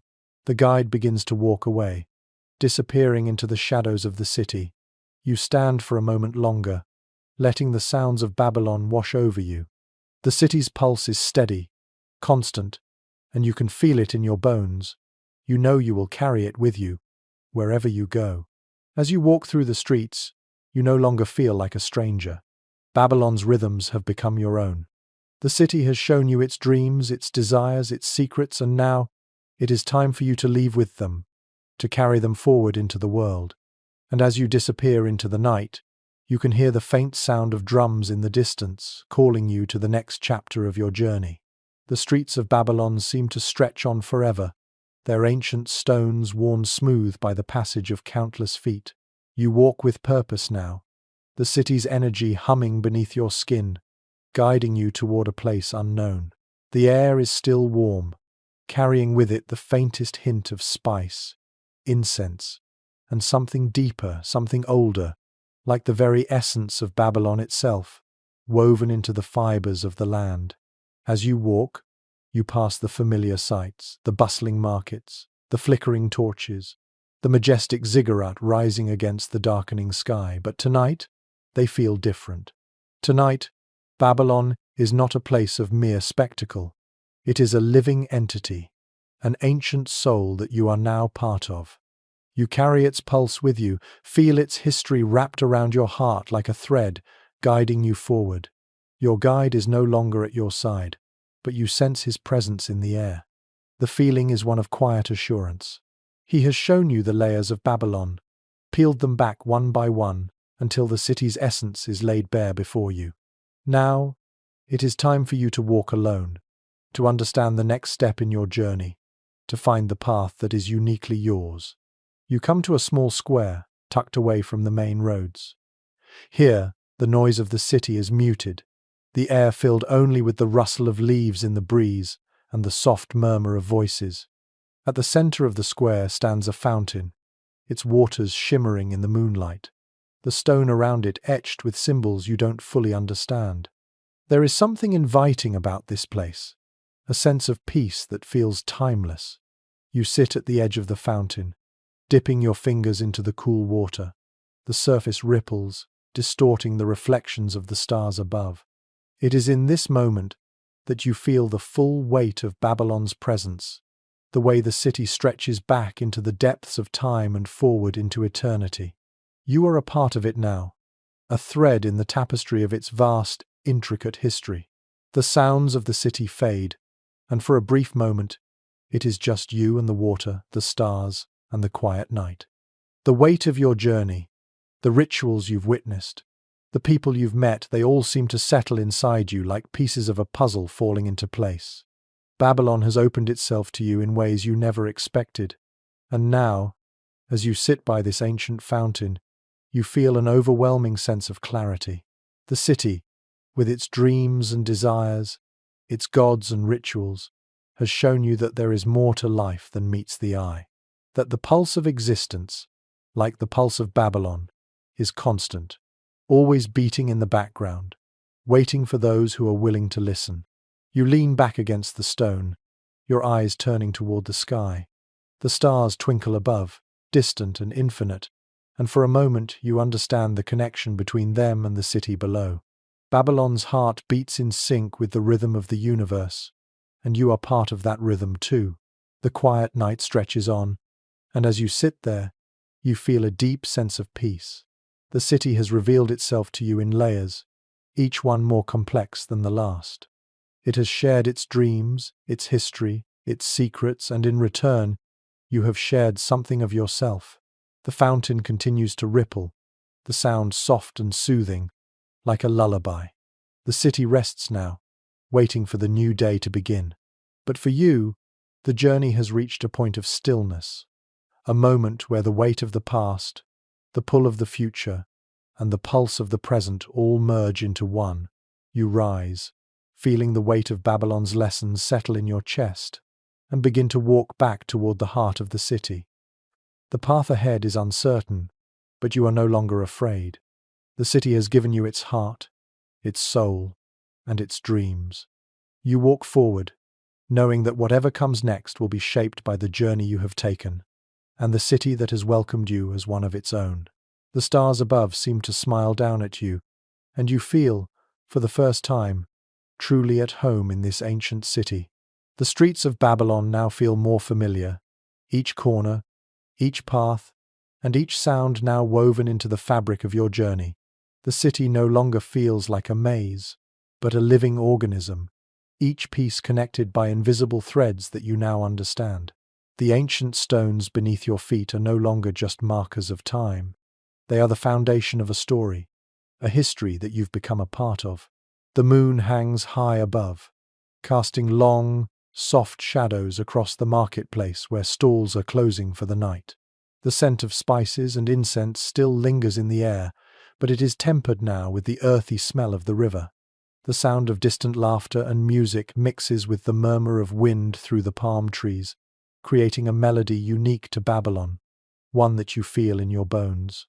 Your footsteps carry you toward the towering ziggurat, its ancient stone walls rising from the earth like a breath held in time. You feel drawn to it, as if the very presence of the structure holds the answers to questions you haven't even thought to ask. There is something magnetic about it, something that calls to you, and you find yourself walking toward its base, your heart beating in time with the city's pulse. The ziggurat looms over you, its steps dark against the night sky, the air thick with the weight of centuries. This is where it all began, the heart of Babylon's power, its rituals, its gods. You stand before it for a moment, taking in its majesty. The quiet hum of the city fades, and in the stillness you hear only your own breath, steady and deep, as if you too are part of the rhythm of this ancient place. You approach the first step and place your hand on the stone. It is cool to the touch, worn smooth by the countless hands that have touched it before you. You close your eyes and feel the weight of history pressing in on you. Each step you take is a step deeper into Babylon's soul. You are no longer just a visitor, an outsider, but a part of this city, its dreams, and its stories. The air is different here, thicker, as if the weight of the gods themselves rests on these stones. As you climb the steps, you feel a sense of awe wash over you. The city stretches out below you, its labyrinthine streets and markets now small and distant. The ziggurat is a place of power, of transition, and you feel that power coursing through you as you ascend. When you reach the top, you pause for a moment, taking in the view. The city lies beneath you, bathed in the soft glow of the moon. The Euphrates winds its way through the heart of Babylon, its waters shimmering in the light. The stars above seem to glow with a new intensity, as if the entire universe is watching. You feel small, yet infinite, part of a larger story that stretches back through time and will continue long after you've gone. The silence here is profound, but it is not empty. It is full of whispers, of stories waiting to be told, of dreams waiting to be realized. You feel as though you have reached the very heart of Babylon, and in this stillness, you understand something you hadn't before, that the city is not just a place. It is a living, breathing entity, and its spirit is woven into everything, into the stones, the people, the dreams, and the desires that echo through its streets. You close your eyes for a moment and listen. The soft hum of the city, the whisper of the wind, and the distant sound of water all merge into a single melody. It is a song, ancient and eternal, the song of Babylon itself. And now, it is your song too. When you open your eyes again, you feel a shift within you. The city has shown you its secrets, its heart, and its soul. It has invited you into its story, and now you are ready to continue your own journey. You are no longer just a traveler passing through. You are part of this place, part of its rhythm, and you will carry its dreams with you wherever you go. As you begin your descent down the ziggurat, the weight of your journey settles around you like a cloak. Babylon has given you something precious, its pulse, its dreams, its story, and now it is time to carry them forward. The city continues to hum around you, its heartbeat steady and strong, and as you walk through the streets once more, you feel as though the very air is alive with possibility. The path ahead may be uncertain, but you are no longer afraid. The city's rhythm is now yours, and with it, you are ready to face whatever comes next. The city of Babylon is quiet now, but the hum of life is still present, felt in the stones beneath your feet, the soft breeze that stirs the leaves in the trees, and the faint rustling of cloth from the merchants closing their stalls. The air has cooled, but there is still warmth in the ground, a residual heat from the sun that once beat down on the city's walls, the streets, the temples. As you walk, you feel more connected to the city than ever before. Babylon has revealed itself to you in layers, and each step you take now feels like a step into the deeper truth of this place, a truth that can only be understood through the rituals, the dreams, the quiet moments of stillness, and the vibrant life that flows through its streets. Your path takes you toward the outer gates of the city. The walls that once seemed so distant now feel like an embrace, holding in all that Babylon represents, the weight of history, the pulse of its people, and the dreams that continue to shape the world even now. The ziggurat recedes behind you, its towering presence still lingering in your mind, a symbol of the connection between heaven and earth. You pass through a narrow street lined with high stone walls, their surfaces etched with symbols you've come to recognize, representations of gods, animals, and the cycle of life that has always defined Babylon. There is something timeless about these symbols, as if they have existed here forever, waiting for those who are open to see them, to understand them. The air grows cooler as you approach the gates. There are fewer people here now, the streets more empty, but the city still seems to vibrate with life. You pause at the gates, looking back at the place that has shown you so much. There is a sadness in leaving, but also a sense of peace. You've walked its paths, learned its stories, and felt its pulse in ways you will carry with you forever. As you stand there, the night fully settling over the city, a figure approaches from the shadows. It is the guide, the one who has led you through the many layers of Babylon. He stops a few paces from you, his eyes steady, his expression unreadable. "You have seen the heart of Babylon," he says quietly, his voice carrying a sense of finality. "You have walked its streets and felt its rhythm, but there is always more to discover, more to understand. Babylon's spirit is endless, and so too is the journey of those who come to know it." You nod, understanding his words more clearly now than ever before. Babylon is not just a city, it is an idea, a living, breathing testament to the connection between humans, gods, and the earth. It is a place where dreams are born, where the pulse of life and death beats as one, and where those who are willing to listen can hear the stories of the past, present, and future all woven together. The guide steps back, his figure blending into the shadows. He is part of the city, just as the city is part of him. You are part of it too now, your journey intertwined with its ancient pulse. You turn toward the gates once more, the path ahead uncertain but clear. The journey is not over, it has only just begun. As you step beyond the gates, you feel the weight of Babylon's story follow you, a quiet, comforting presence that will guide you no matter where you go. The city's heartbeat will always be with you, a rhythm that you will carry with you as you continue on your path. The stars above shine brightly, their light a reminder of the eternal cycle that binds all things together. The journey is long, but you are no longer alone. Babylon, in all its mystery and beauty, is with you, and as you walk into the night, you know that wherever your path leads, the dreams of Babylon will follow. The night stretches before you, wide and infinite, as you leave the gates of Babylon behind. The path ahead is uncertain, a road that bends and winds through the land, but you walk with confidence. The city's essence is now a part of you, a quiet hum in your chest that matches the rhythm of your own heartbeat. As you journey forward, the air shifts. The coolness of the evening settles deeper, and the land around you begins to change. The fields and distant hills start to blur in the darkness, but there is no fear in the unknown.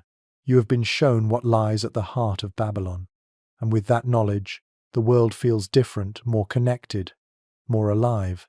You pass by a small village, the dim glow of oil lamps flickering through the windows. The sounds of quiet conversations and the soft bleat of sheep in the distance mix with the rustling of the wind. The people here go about their lives, unaware of the journey you've just taken, of the secrets you now carry with you. Yet, there is a sense of recognition in their eyes, as if they too understand that there is something timeless about this land. Babylon's influence stretches far beyond its walls, its dreams and desires lingering in the air, ready to touch anyone who is open enough to listen. You pause at the edge of the village, standing under a tree that stretches its branches toward the stars. You've come a long way, but in some ways it feels like the beginning of a new chapter, one that is still unfolding. Babylon's lessons have settled into your bones, shaping the way you see the world. The connection between earth and sky, life and death, dreams and reality, all of it now feels within reach. The stars above seem closer now, their light clearer, as if the entire universe is guiding you forward. The stillness of the night fills your senses, and in this silence, you realize that you are no longer the same person who walked through Babylon's gates. You are changed, shaped by the city's magic, its rituals, and its dreams. The city's pulse still beats within you, a constant rhythm that will guide you wherever you go. The power of Babylon lies not just in its grandeur, its temples, and its ziggurats, but in its ability to make the intangible real. Its dreams are woven into the very fabric of existence, and now they are part of you. As you walk away from the village, you hear the faint sound of music carried by the wind, a distant echo of Babylon's rhythms. The city is behind you, but its spirit is never far. It will always be with you, guiding you, like a thread that connects the past, present, and future. The journey ahead may be long, but you no longer walk alone. Babylon's story, its dreams, and its pulse are within you, and with each step you take, you carry them forward. The stars above seem to nod in agreement, their light a reminder that, no matter where your path leads, you are part of something much greater. You are part of the rhythm of the world itself. And with that, you continue your journey into the night, the dreams of Babylon whispering in your heart, guiding you to whatever lies ahead. The path ahead is quiet, the world around you bathed in the soft glow of moonlight. The road stretches out into the unknown, but you walk with purpose, the weight of Babylon's lessons in your heart. The city is no longer a distant memory. It is a part of you now, woven into your being like a thread that ties you to the past, present, and future. As you journey forward, the world seems to open up around you. The landscape changes gradually, the land softening from the rocky hills into rolling plains. The stars above shine brighter, their constellations now familiar to you. It is as if the sky itself is watching over you, guiding you, reminding you that the dreams of Babylon are never truly left behind. The road leads you toward a distant mountain range, the peaks looming on the horizon like silent sentinels. The air is cooler now, and the breeze carries the scent of wildflowers and earth. There is a sense of anticipation in the air, as though the land itself is holding its breath, waiting for something to unfold. You stop at a small creek that runs alongside the path.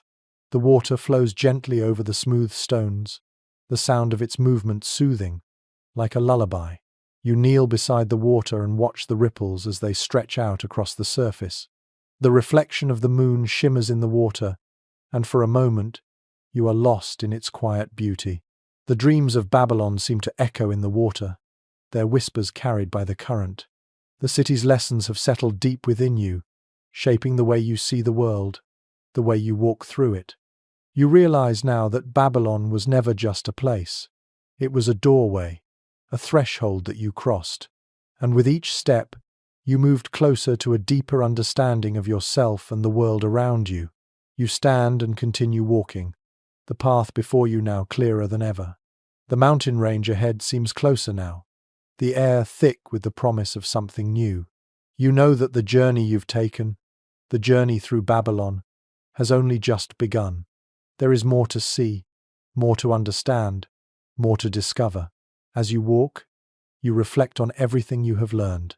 Babylon has shown you the importance of dreams, the connection between the divine and the earthly, the way in which desire, loss, and love intertwine to shape the human experience. You feel the weight of these lessons, but they are no longer burdens. They are gifts, guiding lights that will illuminate your path wherever it leads. The landscape around you continues to shift as you draw closer to the mountains.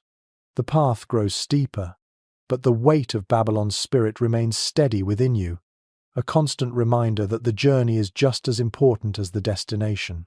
You have walked through the heart of an ancient city, and now you carry its heartbeat with you. The stars above continue to shine, their light a beacon that guides you forward. The mountains loom ahead, their peaks reaching toward the heavens, but you know that no matter how high the climb, you are never alone. The spirit of Babylon, its dreams and its rhythm will always be with you, guiding you toward whatever lies ahead. And so, with each step you take, you move forward, ready for the next part of the journey. The path is uncertain, but your heart is steady, and the dreams of Babylon live on in you. The air grows colder as you continue your journey. The soft rustling of leaves and the distant call of night creatures fill the silence, yet your thoughts are steady. Each step forward carries the lessons of Babylon with you, the city's dreams now embedded deep within. It's not just the rituals or the gods that remain in your heart, but the city itself, the way it lives and breathes, the way its spirit lingers in the air like an unseen thread. The mountain range ahead grows closer, its peaks sharp against the night sky. The path begins to wind, steep and narrow, the earth beneath your feet soft and uneven. The higher you climb, the more isolated you feel from the world you've left behind. But there is no fear in this isolation. You have already felt the pulse of Babylon. You are no longer disconnected from the world around you. Your body aches from the climb, but you are resolute. The rhythm of your journey matches the rhythm of your heart, steady and true. You move onward with purpose, each step a reminder that the journey itself is the destination. You stop for a moment, looking back at the road you've traveled. The valley below is bathed in moonlight, the outlines of trees and the winding creek faint but still visible. Babylon seems so far away now, but you know it will never truly be distant. The city's spirit still lingers in you, like a soft, constant hum beneath your skin. With a deep breath, you turn back to the mountain before you. The ascent has become more challenging, but the weight of Babylon's lessons gives you strength.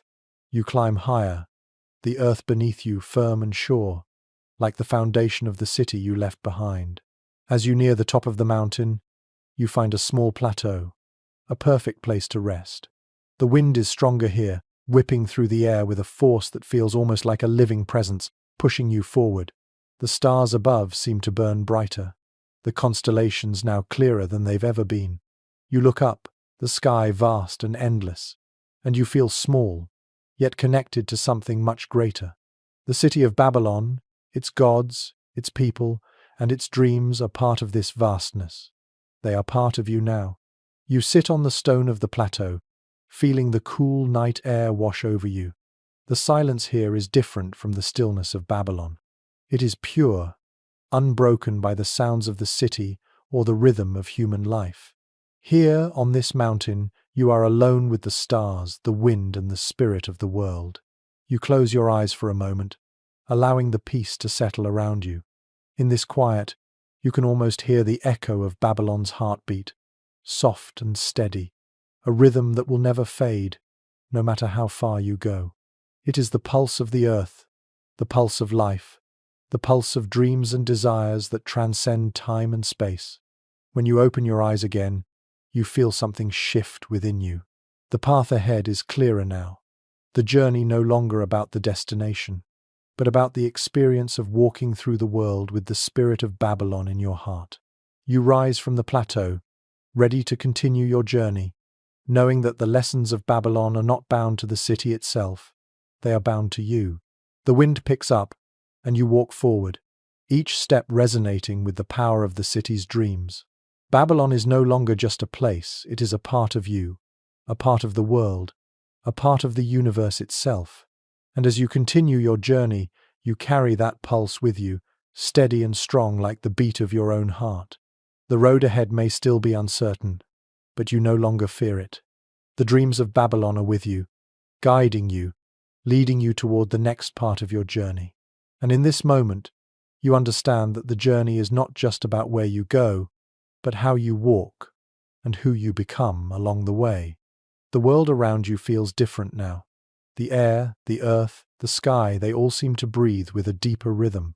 It's as though the lessons you've carried from Babylon have shifted something within you, and the world now speaks in a language you understand on a deeper level. The path ahead is still uncertain, but there is no longer any hesitation in your heart. You walk forward with purpose, each step steady and true. The mountains continue to rise before you, their peaks still distant but no longer intimidating. With every step you take, the distance between you and the summit grows smaller, as though the mountain itself is drawing you in. The wind at your back seems to push you forward, urging you on, and the stars above continue to shine with a clarity that feels almost personal, as if they are guiding you. You pass through more rugged terrain, the path now rocky and uneven. The air grows colder as you ascend, and the landscape becomes more barren. But despite the harshness of the land, there is a sense of peace here. It is as though the world is holding its breath, waiting for something to unfold. You stop for a moment, taking in the view around you. The world below is a patchwork of valleys and rivers, fields of grain and distant settlements. The vastness of it all strikes you. The earth beneath your feet stretches far beyond what you can see, a reminder of the infinite possibilities that lie ahead. Babylon feels like a distant memory now, but its essence still lingers. The city's spirit, its pulse, is woven into your being. The dreams, the desires, the rituals, they are all a part of you, guiding you on this journey. As you look back toward the path you've traveled, you realize that the city has not just shaped your steps, it has shaped the way you see the world. The mountains no longer feel like an obstacle. They are part of the landscape of your journey, part of the story you are living. You've walked through the heart of Babylon, through its rituals and dreams, and now you are walking through the world with its lessons in your heart. The wind picks up again, and you resume your climb. Each step feels lighter now, as though the weight of Babylon's teachings has given you wings. The mountains no longer feel cold or unwelcoming. Instead, they feel like a natural part of the rhythm of life, their peaks reaching toward the sky, calling you to continue on your path. As you reach the next ridge, you look up, and for the first time, you see the summit clearly. It is not a distant dream anymore. It is within reach.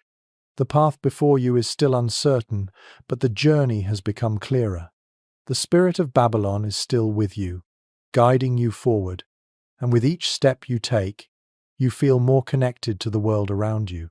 The city, with all its dreams and mysteries, has not just shaped you, it has opened your eyes to the beauty of the world, the way everything is connected. You are no longer just walking through the landscape, you are walking through life, carrying the rhythm of Babylon's heartbeat in your soul. With each step toward the summit, you know that the journey ahead will be just as important as the journey you've already taken. The mountains may challenge you, but the lessons of Babylon will guide you, and with every step you take, you will carry its dreams and its spirit with you. And so, you continue forward, the path still winding ahead, but you no longer doubt that the journey is the most important part. The destination will come when it is meant to, but for now, you walk with purpose, your heart full of the city's pulse. The world around you continues to shift as you climb higher into the mountains. The path is still rocky and uneven, but each step feels more purposeful. The air is thin here, the cool breeze tinged with the scent of pine and earth. The sun, now low on the horizon, casts a golden light across the land, stretching the shadows long and making the world appear more expansive than ever. You can feel the weight of the mountains around you, their ancient stone faces watching over you as you move forward. With each step, you feel a deeper connection to the land. The lessons of Babylon, the dreams, the desires, the rituals have become part of you. They are no longer distant memories or fleeting moments. They are part of the rhythm of your being. The pulse of Babylon is no longer just a city you walk through. It is a rhythm that flows through the earth, the stars, and the very air you breathe. The wind begins to pick up, howling through the mountain passes. It feels like a reminder of the journey you have taken, a force pushing you forward, urging you on.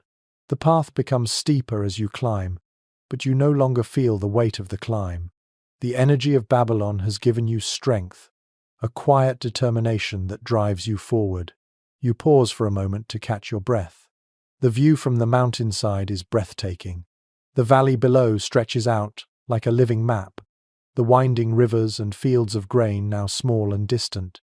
The world seems so vast from this height, and yet, in this moment, you feel completely at home in it. The stars above seem closer now, their light piercing the growing darkness.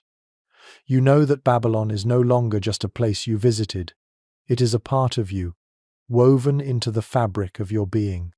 The city's heartbeat continues to echo in your chest, a steady rhythm that guides you toward whatever comes next. You rise, feeling a renewed sense of purpose. The summit is within reach now, the peak just a few steps away.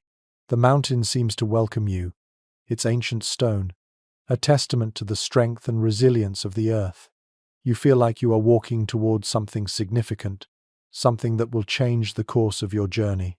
As you take the final steps toward the summit, you pause once more. The world around you feels still, as though the earth itself is holding its breath. The winds settle, and the silence that follows is profound. The air is clear, the stars above shining brightly. You stand at the top of the mountain, the highest point you've reached, and for the first time, you truly understand the journey you've taken. Babylon is not just a city, it is a state of mind, a way of being, a rhythm that flows through the world. And now, standing at the summit, you realize that the city's dreams and desires are part of the world itself, woven into the very fabric of existence. The journey you've taken, the lessons you've learned, have not just shaped you. They have connected you to the land, to the stars, and to everything that came before you. The summit feels like a threshold, a place where the past, present, and future meet. And as you stand there, looking out at the world before you, you know that the journey is far from over. The path will continue, but you are no longer the same person who started this journey. You carry with you the pulse of Babylon, and it will guide you wherever you go. With a final breath, you begin your descent, knowing that wherever you walk, you will carry the spirit of Babylon with you. The journey down the mountain is quieter than the climb up.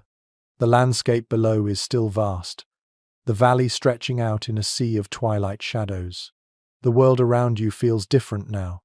Every step you take is lighter, as though the weight of Babylon's lessons has settled into the earth beneath your feet, leaving only the steady pulse of its rhythm. The air is cooler now, crisp and clear, and the winds carry a faint whisper, a song that seems to follow you as you walk. You're not sure whether it's the wind or the echoes of Babylon still in your mind, but the sound feels like a call, a reminder of everything you've learned and experienced. The journey has shaped you in ways you can't quite put into words, but you feel its presence in every part of you. The connection between the earth, the stars, the city, and yourself has become a part of your being, a bond that will never break. As you descend, the path becomes smoother, and the rocky terrain gives way to a forest of tall, ancient trees.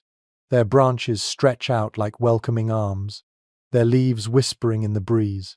The forest is alive with the sounds of nature, the calls of birds, and the rustle of animals hidden in the underbrush. You stop for a moment, taking in the stillness. The world here feels untouched, as though time itself moves differently in this place. The scent of pine and earth fills the air, grounding you in the present moment. The forest is quiet, but there is an energy here, a life force that flows through the trees, the plants, and the animals. It feels like another kind of magic, one that is not of rituals or dreams, but of the natural world, of the cycles that govern the land.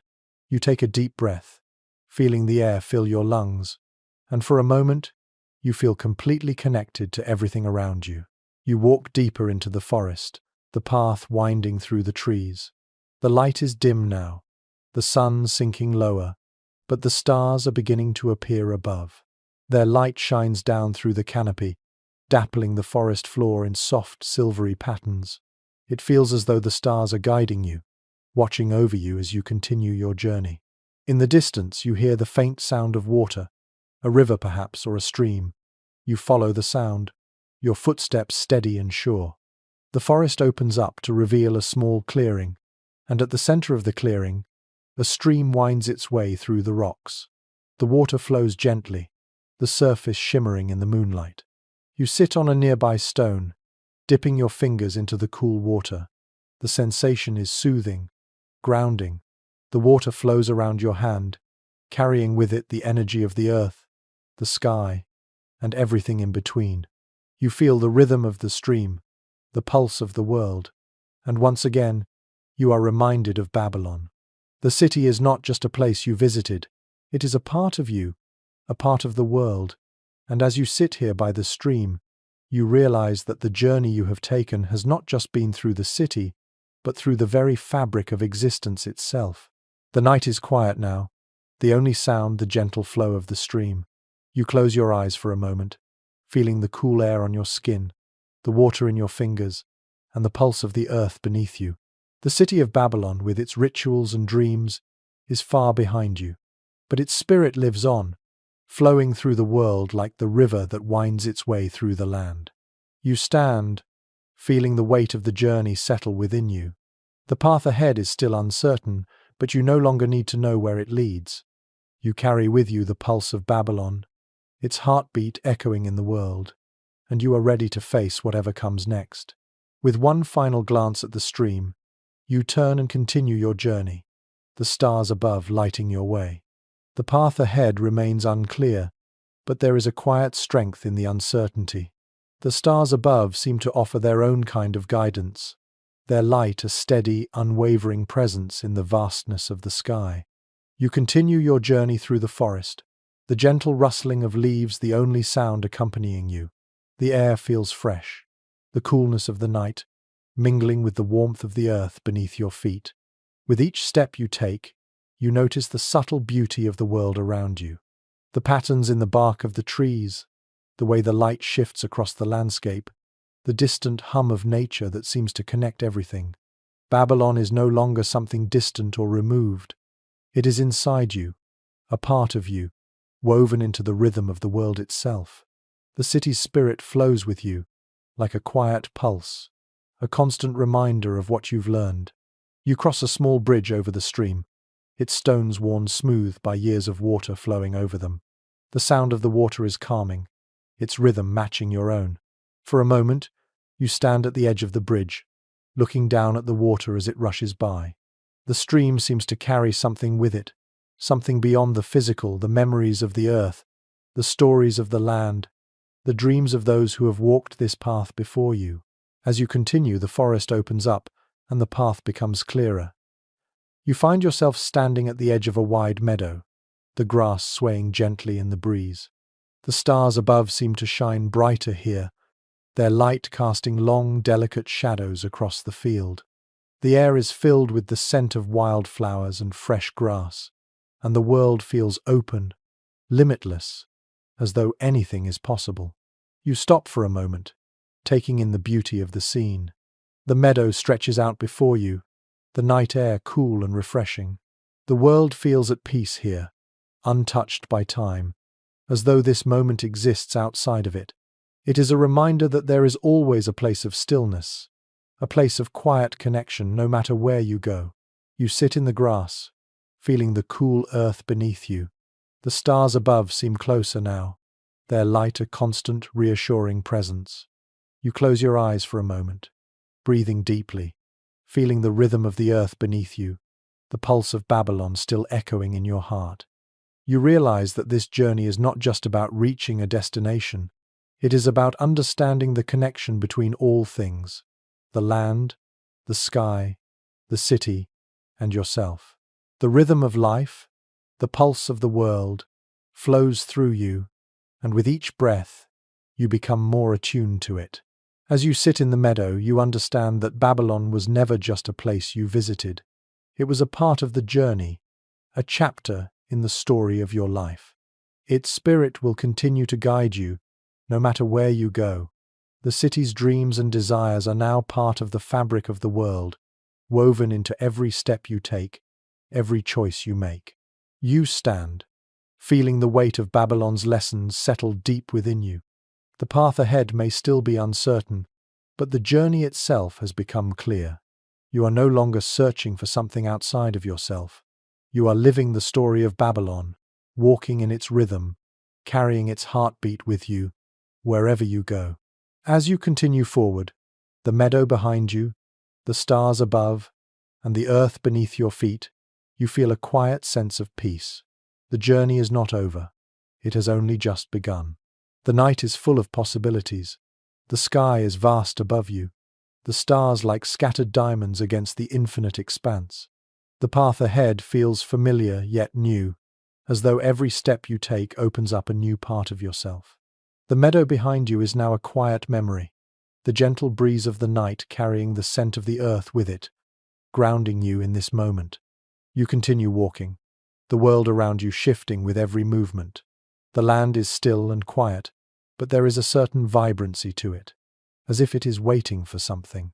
You realize it has been waiting for you to see the world through new eyes, to understand the rhythm that connects all things. As you walk, you think back to the lessons of Babylon, the stories, the dreams, the rituals that shaped the city and its people. Those lessons were never just about the city itself. They were about the world, about understanding the connection between earth and sky, between the physical and the spiritual. Babylon's pulse is now yours, and with it, you feel more attuned to the world than ever before. The path before you begins to change. The trees that once surrounded you now give way to an open field, the tall grasses swaying gently in the wind. The moonlight shines down, casting everything in a soft, silvery light. The landscape here feels different, more expansive, as if the world is opening up before you. You step into the field, feeling the earth beneath your feet, the grass brushing against your legs, and the cool air surrounding you. You pause in the center of the field, taking in the quiet beauty of the night. The world seems to hold its breath in this moment, as if waiting for something. You close your eyes, listening to the soft rustle of the grass, the distant sound of water flowing, and the faint whisper of the wind. You feel at peace here, grounded, connected to everything around you. For the first time, you understand that the journey is not just about the places you visit, the people you meet, or the lessons you learn. It is about the connection between all things, the land, the sky, the city, and yourself. The rhythm of life is all around you, and now you can feel it in every part of your being. You are not just walking through the world. You are a part of it, a part of the ongoing dance of life that stretches across time and space. You take a deep breath, letting the cool air fill your lungs. The pulse of Babylon is still with you, a steady rhythm that guides you, but it has become something more. It is the pulse of the world, the heartbeat of the earth itself. You feel it in the ground beneath your feet, in the air you breathe, and in the stars above. As you stand in the field, you realize that the journey you have taken is only one part of a much larger story. The world is vast, and there is still so much to explore, so much to learn. But now, you no longer feel lost. You feel like a part of something much greater, a story that stretches far beyond the boundaries of any city, any ritual, or any dream. You are a part of the world's rhythm, and with that understanding, you continue forward, knowing that the path ahead is yours to walk, wherever it may lead.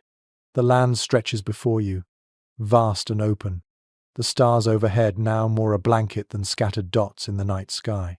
You continue walking, but now it feels as if you are walking towards something, though you cannot say exactly what. The feeling is not one of uncertainty, but of possibility. Every step you take is a step into the unknown, yet there is comfort in it. The rhythm of the world has become your rhythm, and with each movement, you feel more at peace. The cool night air wraps around you, the scents of the earth and the distant river mixing together in the breeze. The world is alive with subtle sounds, the rustling of leaves, the faint call of night creatures, and the steady flow of the stream you crossed earlier. You realize that the journey you've been on has not just been through cities and mountains, but through the very fabric of existence. You've touched something timeless, something that transcends the physical and the fleeting. The path ahead is still unclear, but the uncertainty no longer feels like a weight. It feels like an invitation. The invitation to continue the journey, to keep moving forward, even when the destination is not yet visible. You have learned that the journey itself holds the answers. Babylon showed you the interconnectedness of all things, the way dreams, desires, and stories weave together to create the reality we live in. As you walk, you think of the people you met in Babylon, the courtesans, the priests, the dream keepers, and even the simple villagers who offered you their hospitality. Each person was a thread in the city's intricate tapestry, each one playing a part in the larger story. And now, you realize, you are a part of that story too. The night grows quieter as you walk deeper into the open land. The grass beneath your feet is soft, the earth solid and grounding. You stop for a moment, looking around at the world you've entered. There is no city here, no bustling markets or towering ziggurats. There is only the land, the sky, and the stars above. But in this quiet, you feel the pulse of the world, the heartbeat of Babylon, still alive within you. You sit for a moment, feeling the cool earth beneath you. The stars overhead seem to shine brighter, and you realize that they are not just lights in the sky, but guides. They have been guiding you this whole time, just as the pulse of Babylon has been guiding you. You are not alone on this journey. The world itself is with you, guiding you towards something greater, something still waiting to be discovered. As you stand, you feel a renewed sense of purpose. The path ahead is still uncertain, but you no longer need to know where it leads. The world has shown you that the journey itself is what matters. The connections you've made, the lessons you've learned, and the dreams you've touched, all of these are part of the greater story. You continue walking, the world around you feeling more alive with each step. The pulse of Babylon is with you, its dreams, desires, and lessons now are part of the larger rhythm of the earth. You are no longer just a traveler passing through the world.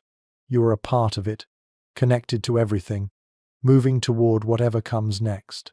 And with each step, you realize that the journey is not about the destination.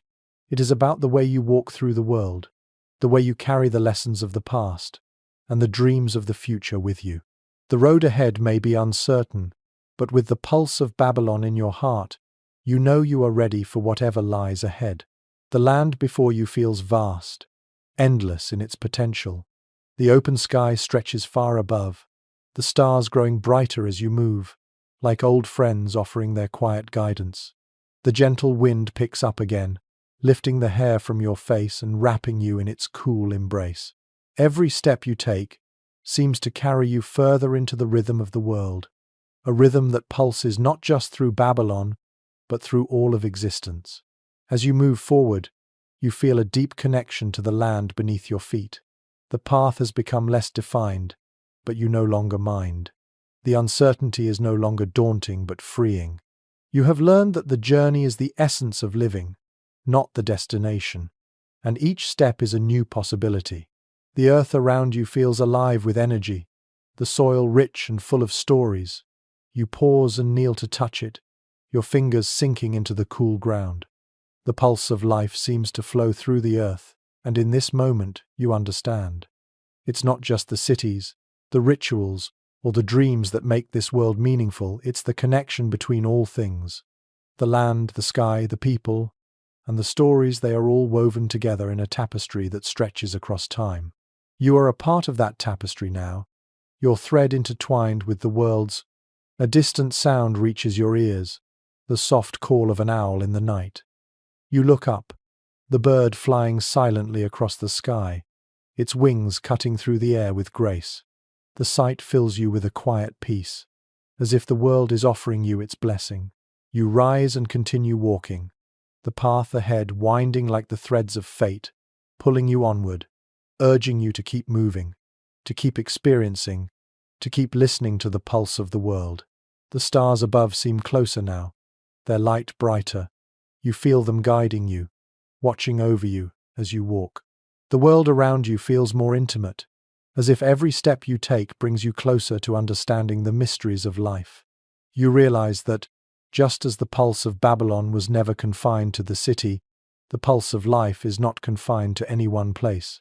It flows everywhere, through everything, from the deepest roots of the earth to the farthest reaches of the stars. As you move forward, the land begins to change again. The forest you pass through gives way to an open plain, the tall grasses swaying gently in the wind. The sky above is vast, and the horizon seems endless. There is a sense of freedom here, a sense of limitless possibility. You stop in the center of the plain, taking in the view. The world seems so large, yet so intimate. Everything is connected, and you are part of it. The quiet beauty of this place fills you with a sense of calm. The lessons of Babylon, the dreams and the desires, are no longer distant or separate. They have become part of the very fabric of the world, and now you carry them with you as you walk through this land, through this life.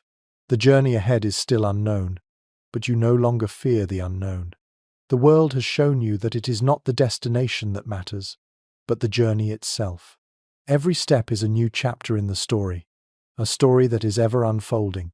You feel the pulse of the world in every breath, in every movement. You are part of this journey, part of this rhythm, and as you walk, you are writing your own story. The stars above seem to smile down at you, their light a reminder that you are never truly alone. The road ahead may be uncertain, but the rhythm of the world, the pulse of Babylon, will guide you wherever you go. And so, you continue on, your heart light, your spirit strong, ready for whatever comes next. As you continue to walk, the world around you begins to shift with the passing of time. The moon climbs higher, its light growing stronger, casting silver shadows across the land. The night feels vast, yet intimate, as if the whole of the universe is wrapping itself around you. You move through it with a quiet confidence, no longer burdened by the uncertainty of what lies ahead. Every step feels like a reaffirmation of the path you've chosen, a continuation of the journey that started in Babylon. The vast open plain gives way to a gentle hill, the slope gradual and inviting. The landscape around you is still and peaceful, the only sound being the wind whispering through the tall grasses and the occasional flutter of wings from a bird soaring overhead. You pause at the top of the hill, looking out at the horizon before you. The world seems endless, but in this moment you feel a deep sense of peace. There is nothing to fear here, only the quiet rhythm of life that moves through everything.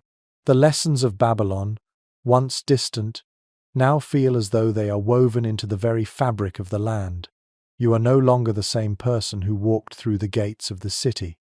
You have taken its rhythm, its spirit, and made them your own. The dreams and desires, the connections and rituals have become part of you, shaping the way you see the world. Babylon is no longer a place you once visited.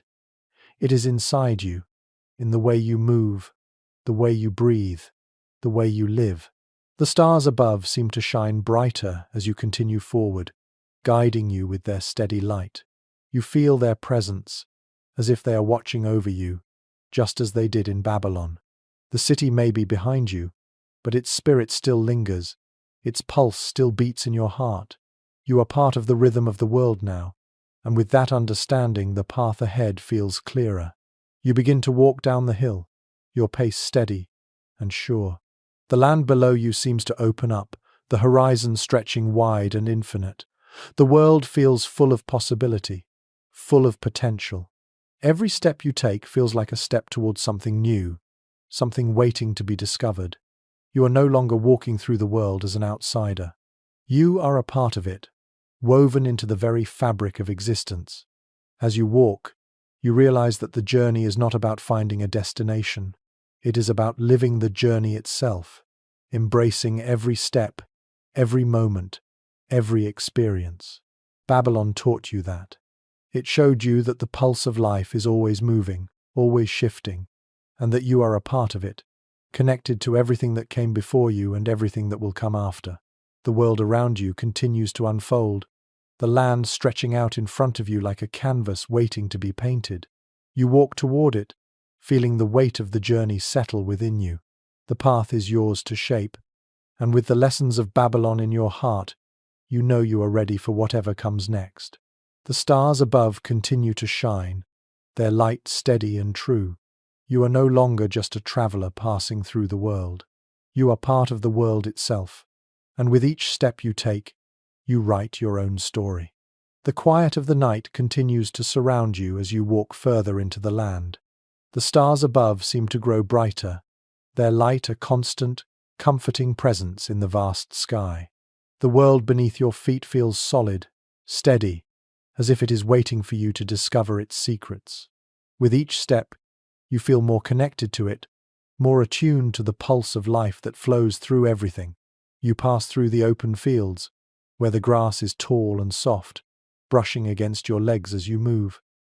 The air is cool, refreshing, carrying the scent of earth and fresh water from the nearby stream. You listen to the sounds of the night, the soft rustling of the grass, the chirping of crickets, and the distant call of an owl. The world feels alive with the quiet hum of nature, and you realize that in this moment, everything is in perfect harmony. As you continue forward, the landscape begins to change again. The land starts to rise, a gentle slope leading you toward a forest of towering trees. The shadows beneath the trees are deep, but there is a warmth in the air that makes you feel at ease. The path ahead is winding, but you no longer hesitate. The rhythm of Babylon still beats in your chest, guiding you, reminding you that you are part of something much greater than yourself. The trees stretch high above you, their branches weaving together to form a canopy that blocks out much of the moonlight. The forest feels like a place of mystery, a place where the secrets of the earth are hidden in the quiet shadows. You walk deeper into the woods, the sound of your footsteps muffled by the soft earth beneath you. There is a sense of magic here, an energy that feels both ancient and alive, and you feel drawn to it, as if the land itself is welcoming you. You pause for a moment, taking in the stillness of the forest. The trees stand tall and silent around you, their trunks covered in moss and their leaves rustling gently in the breeze. The air is thick with the scent of pine and damp earth, and for a moment you close your eyes and let the sounds of the forest fill your senses. The world feels ancient here, timeless, as though you have stepped into a place that has existed long before you and will continue to exist long after you are gone. The quiet hum of the forest is soothing, and you feel a deep sense of peace wash over you. You are no longer rushing towards something. You are simply being, simply existing in this moment, connected to the earth and the world around you. The lessons of Babylon have settled into your soul, and now you understand that the journey is not about reaching a destination. It is about experiencing each step, each moment, fully and completely. You continue through the forest, the path becoming more defined, more familiar. The trees open up ahead, revealing a small clearing bathed in moonlight. The ground here is soft and covered in grass, and in the center of the clearing, a small pond reflects the light of the stars above. The water is still, the surface smooth like glass, and you feel drawn to it. You approach the pond and sit by its edge, dipping your fingers into the cool water. The stillness of the pond reflects the stillness within you. You realize that, just like the water, you too have become still, grounded in this moment. The pulse of Babylon, the rhythm of the earth, and the heartbeat of life are all flowing through you, and for the first time, you truly understand the connection between all things. The stars above seem to shine even brighter now, their light a reminder that the journey continues, that the path ahead is still unfolding. But in this moment, you are at peace, knowing that wherever the road leads, you are part of something much larger than yourself. The journey, with all its twists and turns, is yours to walk, and with each step, you continue to learn, to grow, and to connect with the world around you. As you sit by the pond, the world feels at rest. The lessons of Babylon, the dreams and the desires have become part of you, and you realize that you are ready for whatever comes next. The stars above, the earth below, and the pulse of life inside you are all one, guiding you forward into the next chapter of your journey. The calm of the clearing wraps around you like a soft blanket, The water in the pond reflects the stars above, their light rippling gently with the movement of the breeze. For a moment, you sit in silence, letting the stillness of the world seep into your soul. It is a rare kind of peace, the kind that comes not from the absence of sound, but from the presence of everything that surrounds you. The forest, the stars, the land, and the ancient rhythm of Babylon that pulses quietly in your chest. All of these things come together in this moment, blending into something larger than yourself. You look up at the sky, and the stars seem closer now, as if they are drawing you into their infinite web. The universe feels within reach, and for a fleeting moment, you feel a deep sense of connection to everything, every person, every place, every dream. The lessons of Babylon, with its rituals and its mysteries, have taught you something fundamental. They've shown you that the journey is never truly about arriving. It's about learning to be present in every step, in every moment, and letting those moments shape you. You rise from the edge of the pond, the cool earth beneath your feet grounding you.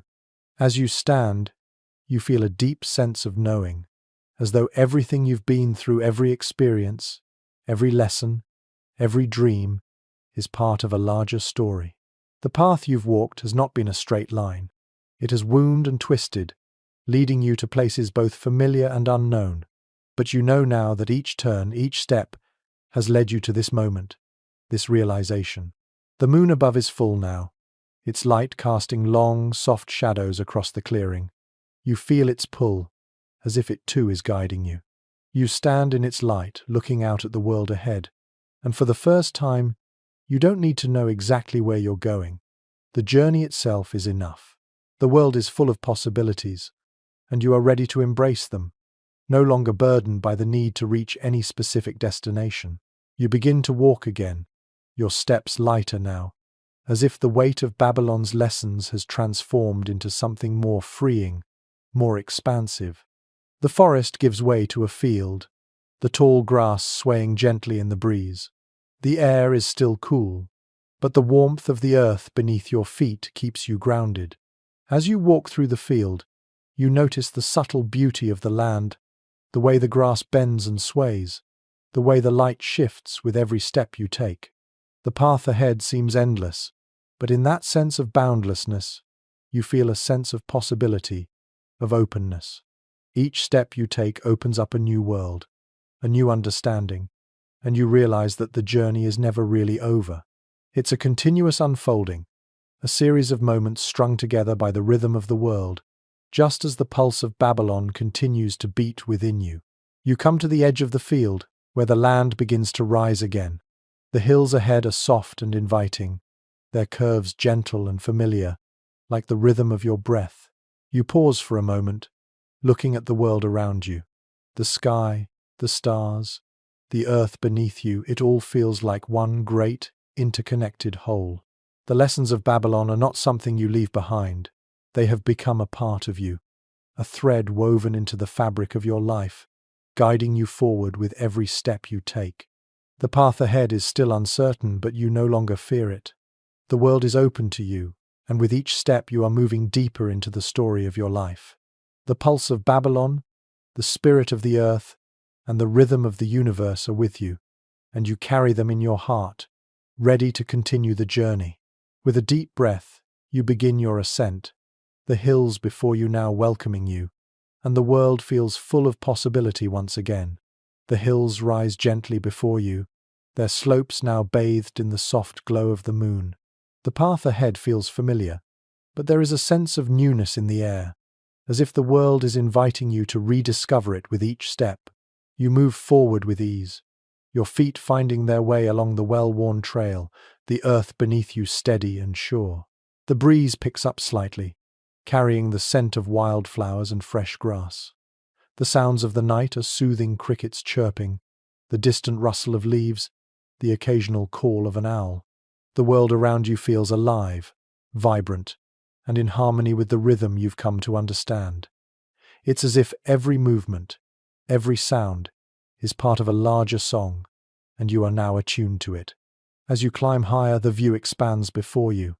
The land stretches out in all directions, a patchwork of fields, forests, and winding rivers. The distant lights of villages flicker softly in the distance, tiny specks of human presence in the vastness of the natural world. You pause for a moment to take it all in, the quiet beauty of the world around you, and the sense of peace that fills the air. The lessons of Babylon, the city with its dreams, rituals, and mysteries, have transformed the way you see the world. It's no longer just a place you visited, it's a part of you, a part of your story, and it continues to guide you in ways you never imagined. The pulse of the city is still within you, steady and sure, guiding your steps, helping you find your way. You continue climbing, your breath steady, your heart light. The journey you've taken has shaped you, but you no longer feel like the person who first entered Babylon. You are someone new, someone who understands the world in a deeper way, someone who is connected to the rhythm of life itself. At the top of the hill, you pause once more, looking out over the landscape. The moon hangs high in the sky, casting a silvery light over everything. The air is cool, the stars above shining with a brilliance that feels almost otherworldly. You feel a deep sense of gratitude for the journey you've been on, for the lessons you've learned, and for the world that has opened up before you. There is no destination, no final endpoint to this journey. You realize now that the journey itself is the purpose. The world is full of endless paths, each one leading to new experiences, new discoveries, and new lessons. And with each step, you become more attuned to the rhythm of life, more connected to the earth beneath you, the sky above you, and the pulse of the world that flows through it all. You take a deep breath, letting the cool night air fill your lungs. The world feels endless, full of possibility, and you know that wherever the path leads, you are ready. You have learned that the journey is not about the destination, but about the steps you take along the way, the lessons you learn, and the connections you make. With a final glance at the landscape before you, you turn and begin to walk down the other side of the hill. The world is vast, but you no longer feel small. You are a part of it, woven into the very fabric of existence, and with each step you take, you continue to write your own story. The descent feels different, almost effortless, as though the earth beneath you is guiding your steps, softening the path with every movement. The landscape around you seems to change again, the rolling hills giving way to a more open, expansive view. The air is cool, but there is a warmth to it now, the kind that comes from a journey well taken, the kind that fills you with a quiet sense of purpose. As you walk, the world around you seems to stretch out in all directions. The stars above still shine brightly, their light a steady presence in the night sky. You realize that the rhythm you've learned in Babylon is now woven into the very fabric of the world, and each step you take feels like a continuation of that rhythm. The city may be far behind you, but its spirit remains with you, guiding your movements and filling you with a sense of peace. The path leads you through a forest, its trees towering above, their leaves rustling gently in the breeze. The forest feels ancient, alive with stories that stretch back through time. You walk beneath the canopy, the dappled light from the moon filtering through the branches, casting soft patterns on the ground. It's a place of quiet reflection, and you pause for a moment, taking in the stillness of the forest around you.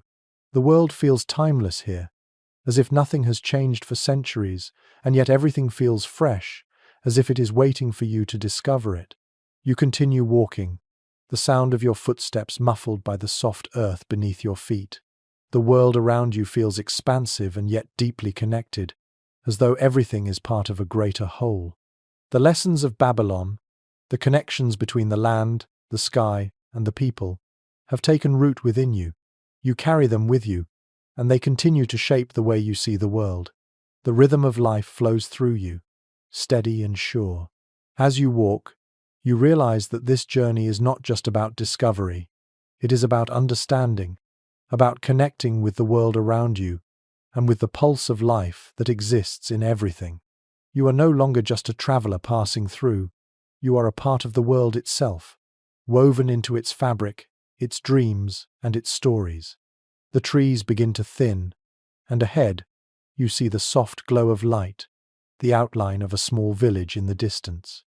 The sight feels familiar, and for a moment, you wonder what it would be like to settle there, to become a part of that community, to share the lessons of Babylon with those who have not yet discovered them. But you know that your path is not meant to be stationary. Your journey continues, just as the rhythm of the world continues, and with it, your story unfolds. You take one last look at the village in the distance, the soft light beckoning, and then turn your attention back to the path ahead. The world is full of places to explore, full of dreams to chase and stories to tell. And as you move forward, you know that you are not alone. The spirit of Babylon walks with you, its pulse a constant reminder that the journey is never truly over. With a deep breath, you continue on, the road ahead unfolding with each step, and the world waiting for you to discover it. The village fades into the distance behind you as the path ahead becomes clearer. The quiet of the night wraps around you, the soft sound of your footsteps the only reminder that you are moving forward. The world around you feels expansive, vast, and yet somehow connected. You are still part of it, as much a part of the journey as the land, the stars, and the stories that weave through time. As you walk, the landscape shifts again. The rolling hills are replaced by more rugged terrain, the rocks beneath your feet sharp and uneven. But the path doesn't feel difficult. It feels familiar, like a road you've always known. The earth beneath you seems to welcome your steps, as though it recognizes you as part of the journey, as part of the rhythm that has been set in motion. You glance up at the sky, and the stars above seem even brighter now, their light cutting through the darkness like beacons. They are constant, unwavering, guiding you along the path. There is something deeply comforting about the stars. They remind you of the journey you've taken, of the lessons learned and the dreams touched, and they offer reassurance that no matter where you go, the path is always there, waiting for you to continue. The land around you grows quieter as you move further along. The distant sounds of nature fade, replaced by a deep, peaceful silence. The air is still, carrying the scent of earth and stone. You feel a deep connection to it, as if the earth itself is speaking to you, offering you its wisdom. You stop for a moment to take it in, the quiet beauty of the world around you. The lessons of Babylon still linger in your heart, but they no longer feel like distant memories. They are part of you now, woven into the very fabric of your being. You continue forward, each step steady, as if the earth beneath you is guiding your every move. The terrain becomes more rugged, but you do not falter. With each step, you grow stronger, more attuned to the rhythm of the world. The pulse of Babylon is still with you, a steady beat that echoes through your heart, guiding you through the challenges of the world. As you climb higher, you reach the peak of a small hill. The view before you is breathtaking. The landscape stretches out for miles, the vastness of the world unfolding before you. The world feels alive with possibility, each direction offering a new path, a new adventure. You stand there for a moment, taking it all in. The world is wide, and yet, in this moment, you realize that the journey is not about the places you go. It is about how you move through the world, how you embrace each step, and how you carry the lessons of your journey with you. The stars above seem to shine brighter than ever, their light steady and constant. They remind you that even in the vastness of the world, you are never truly alone.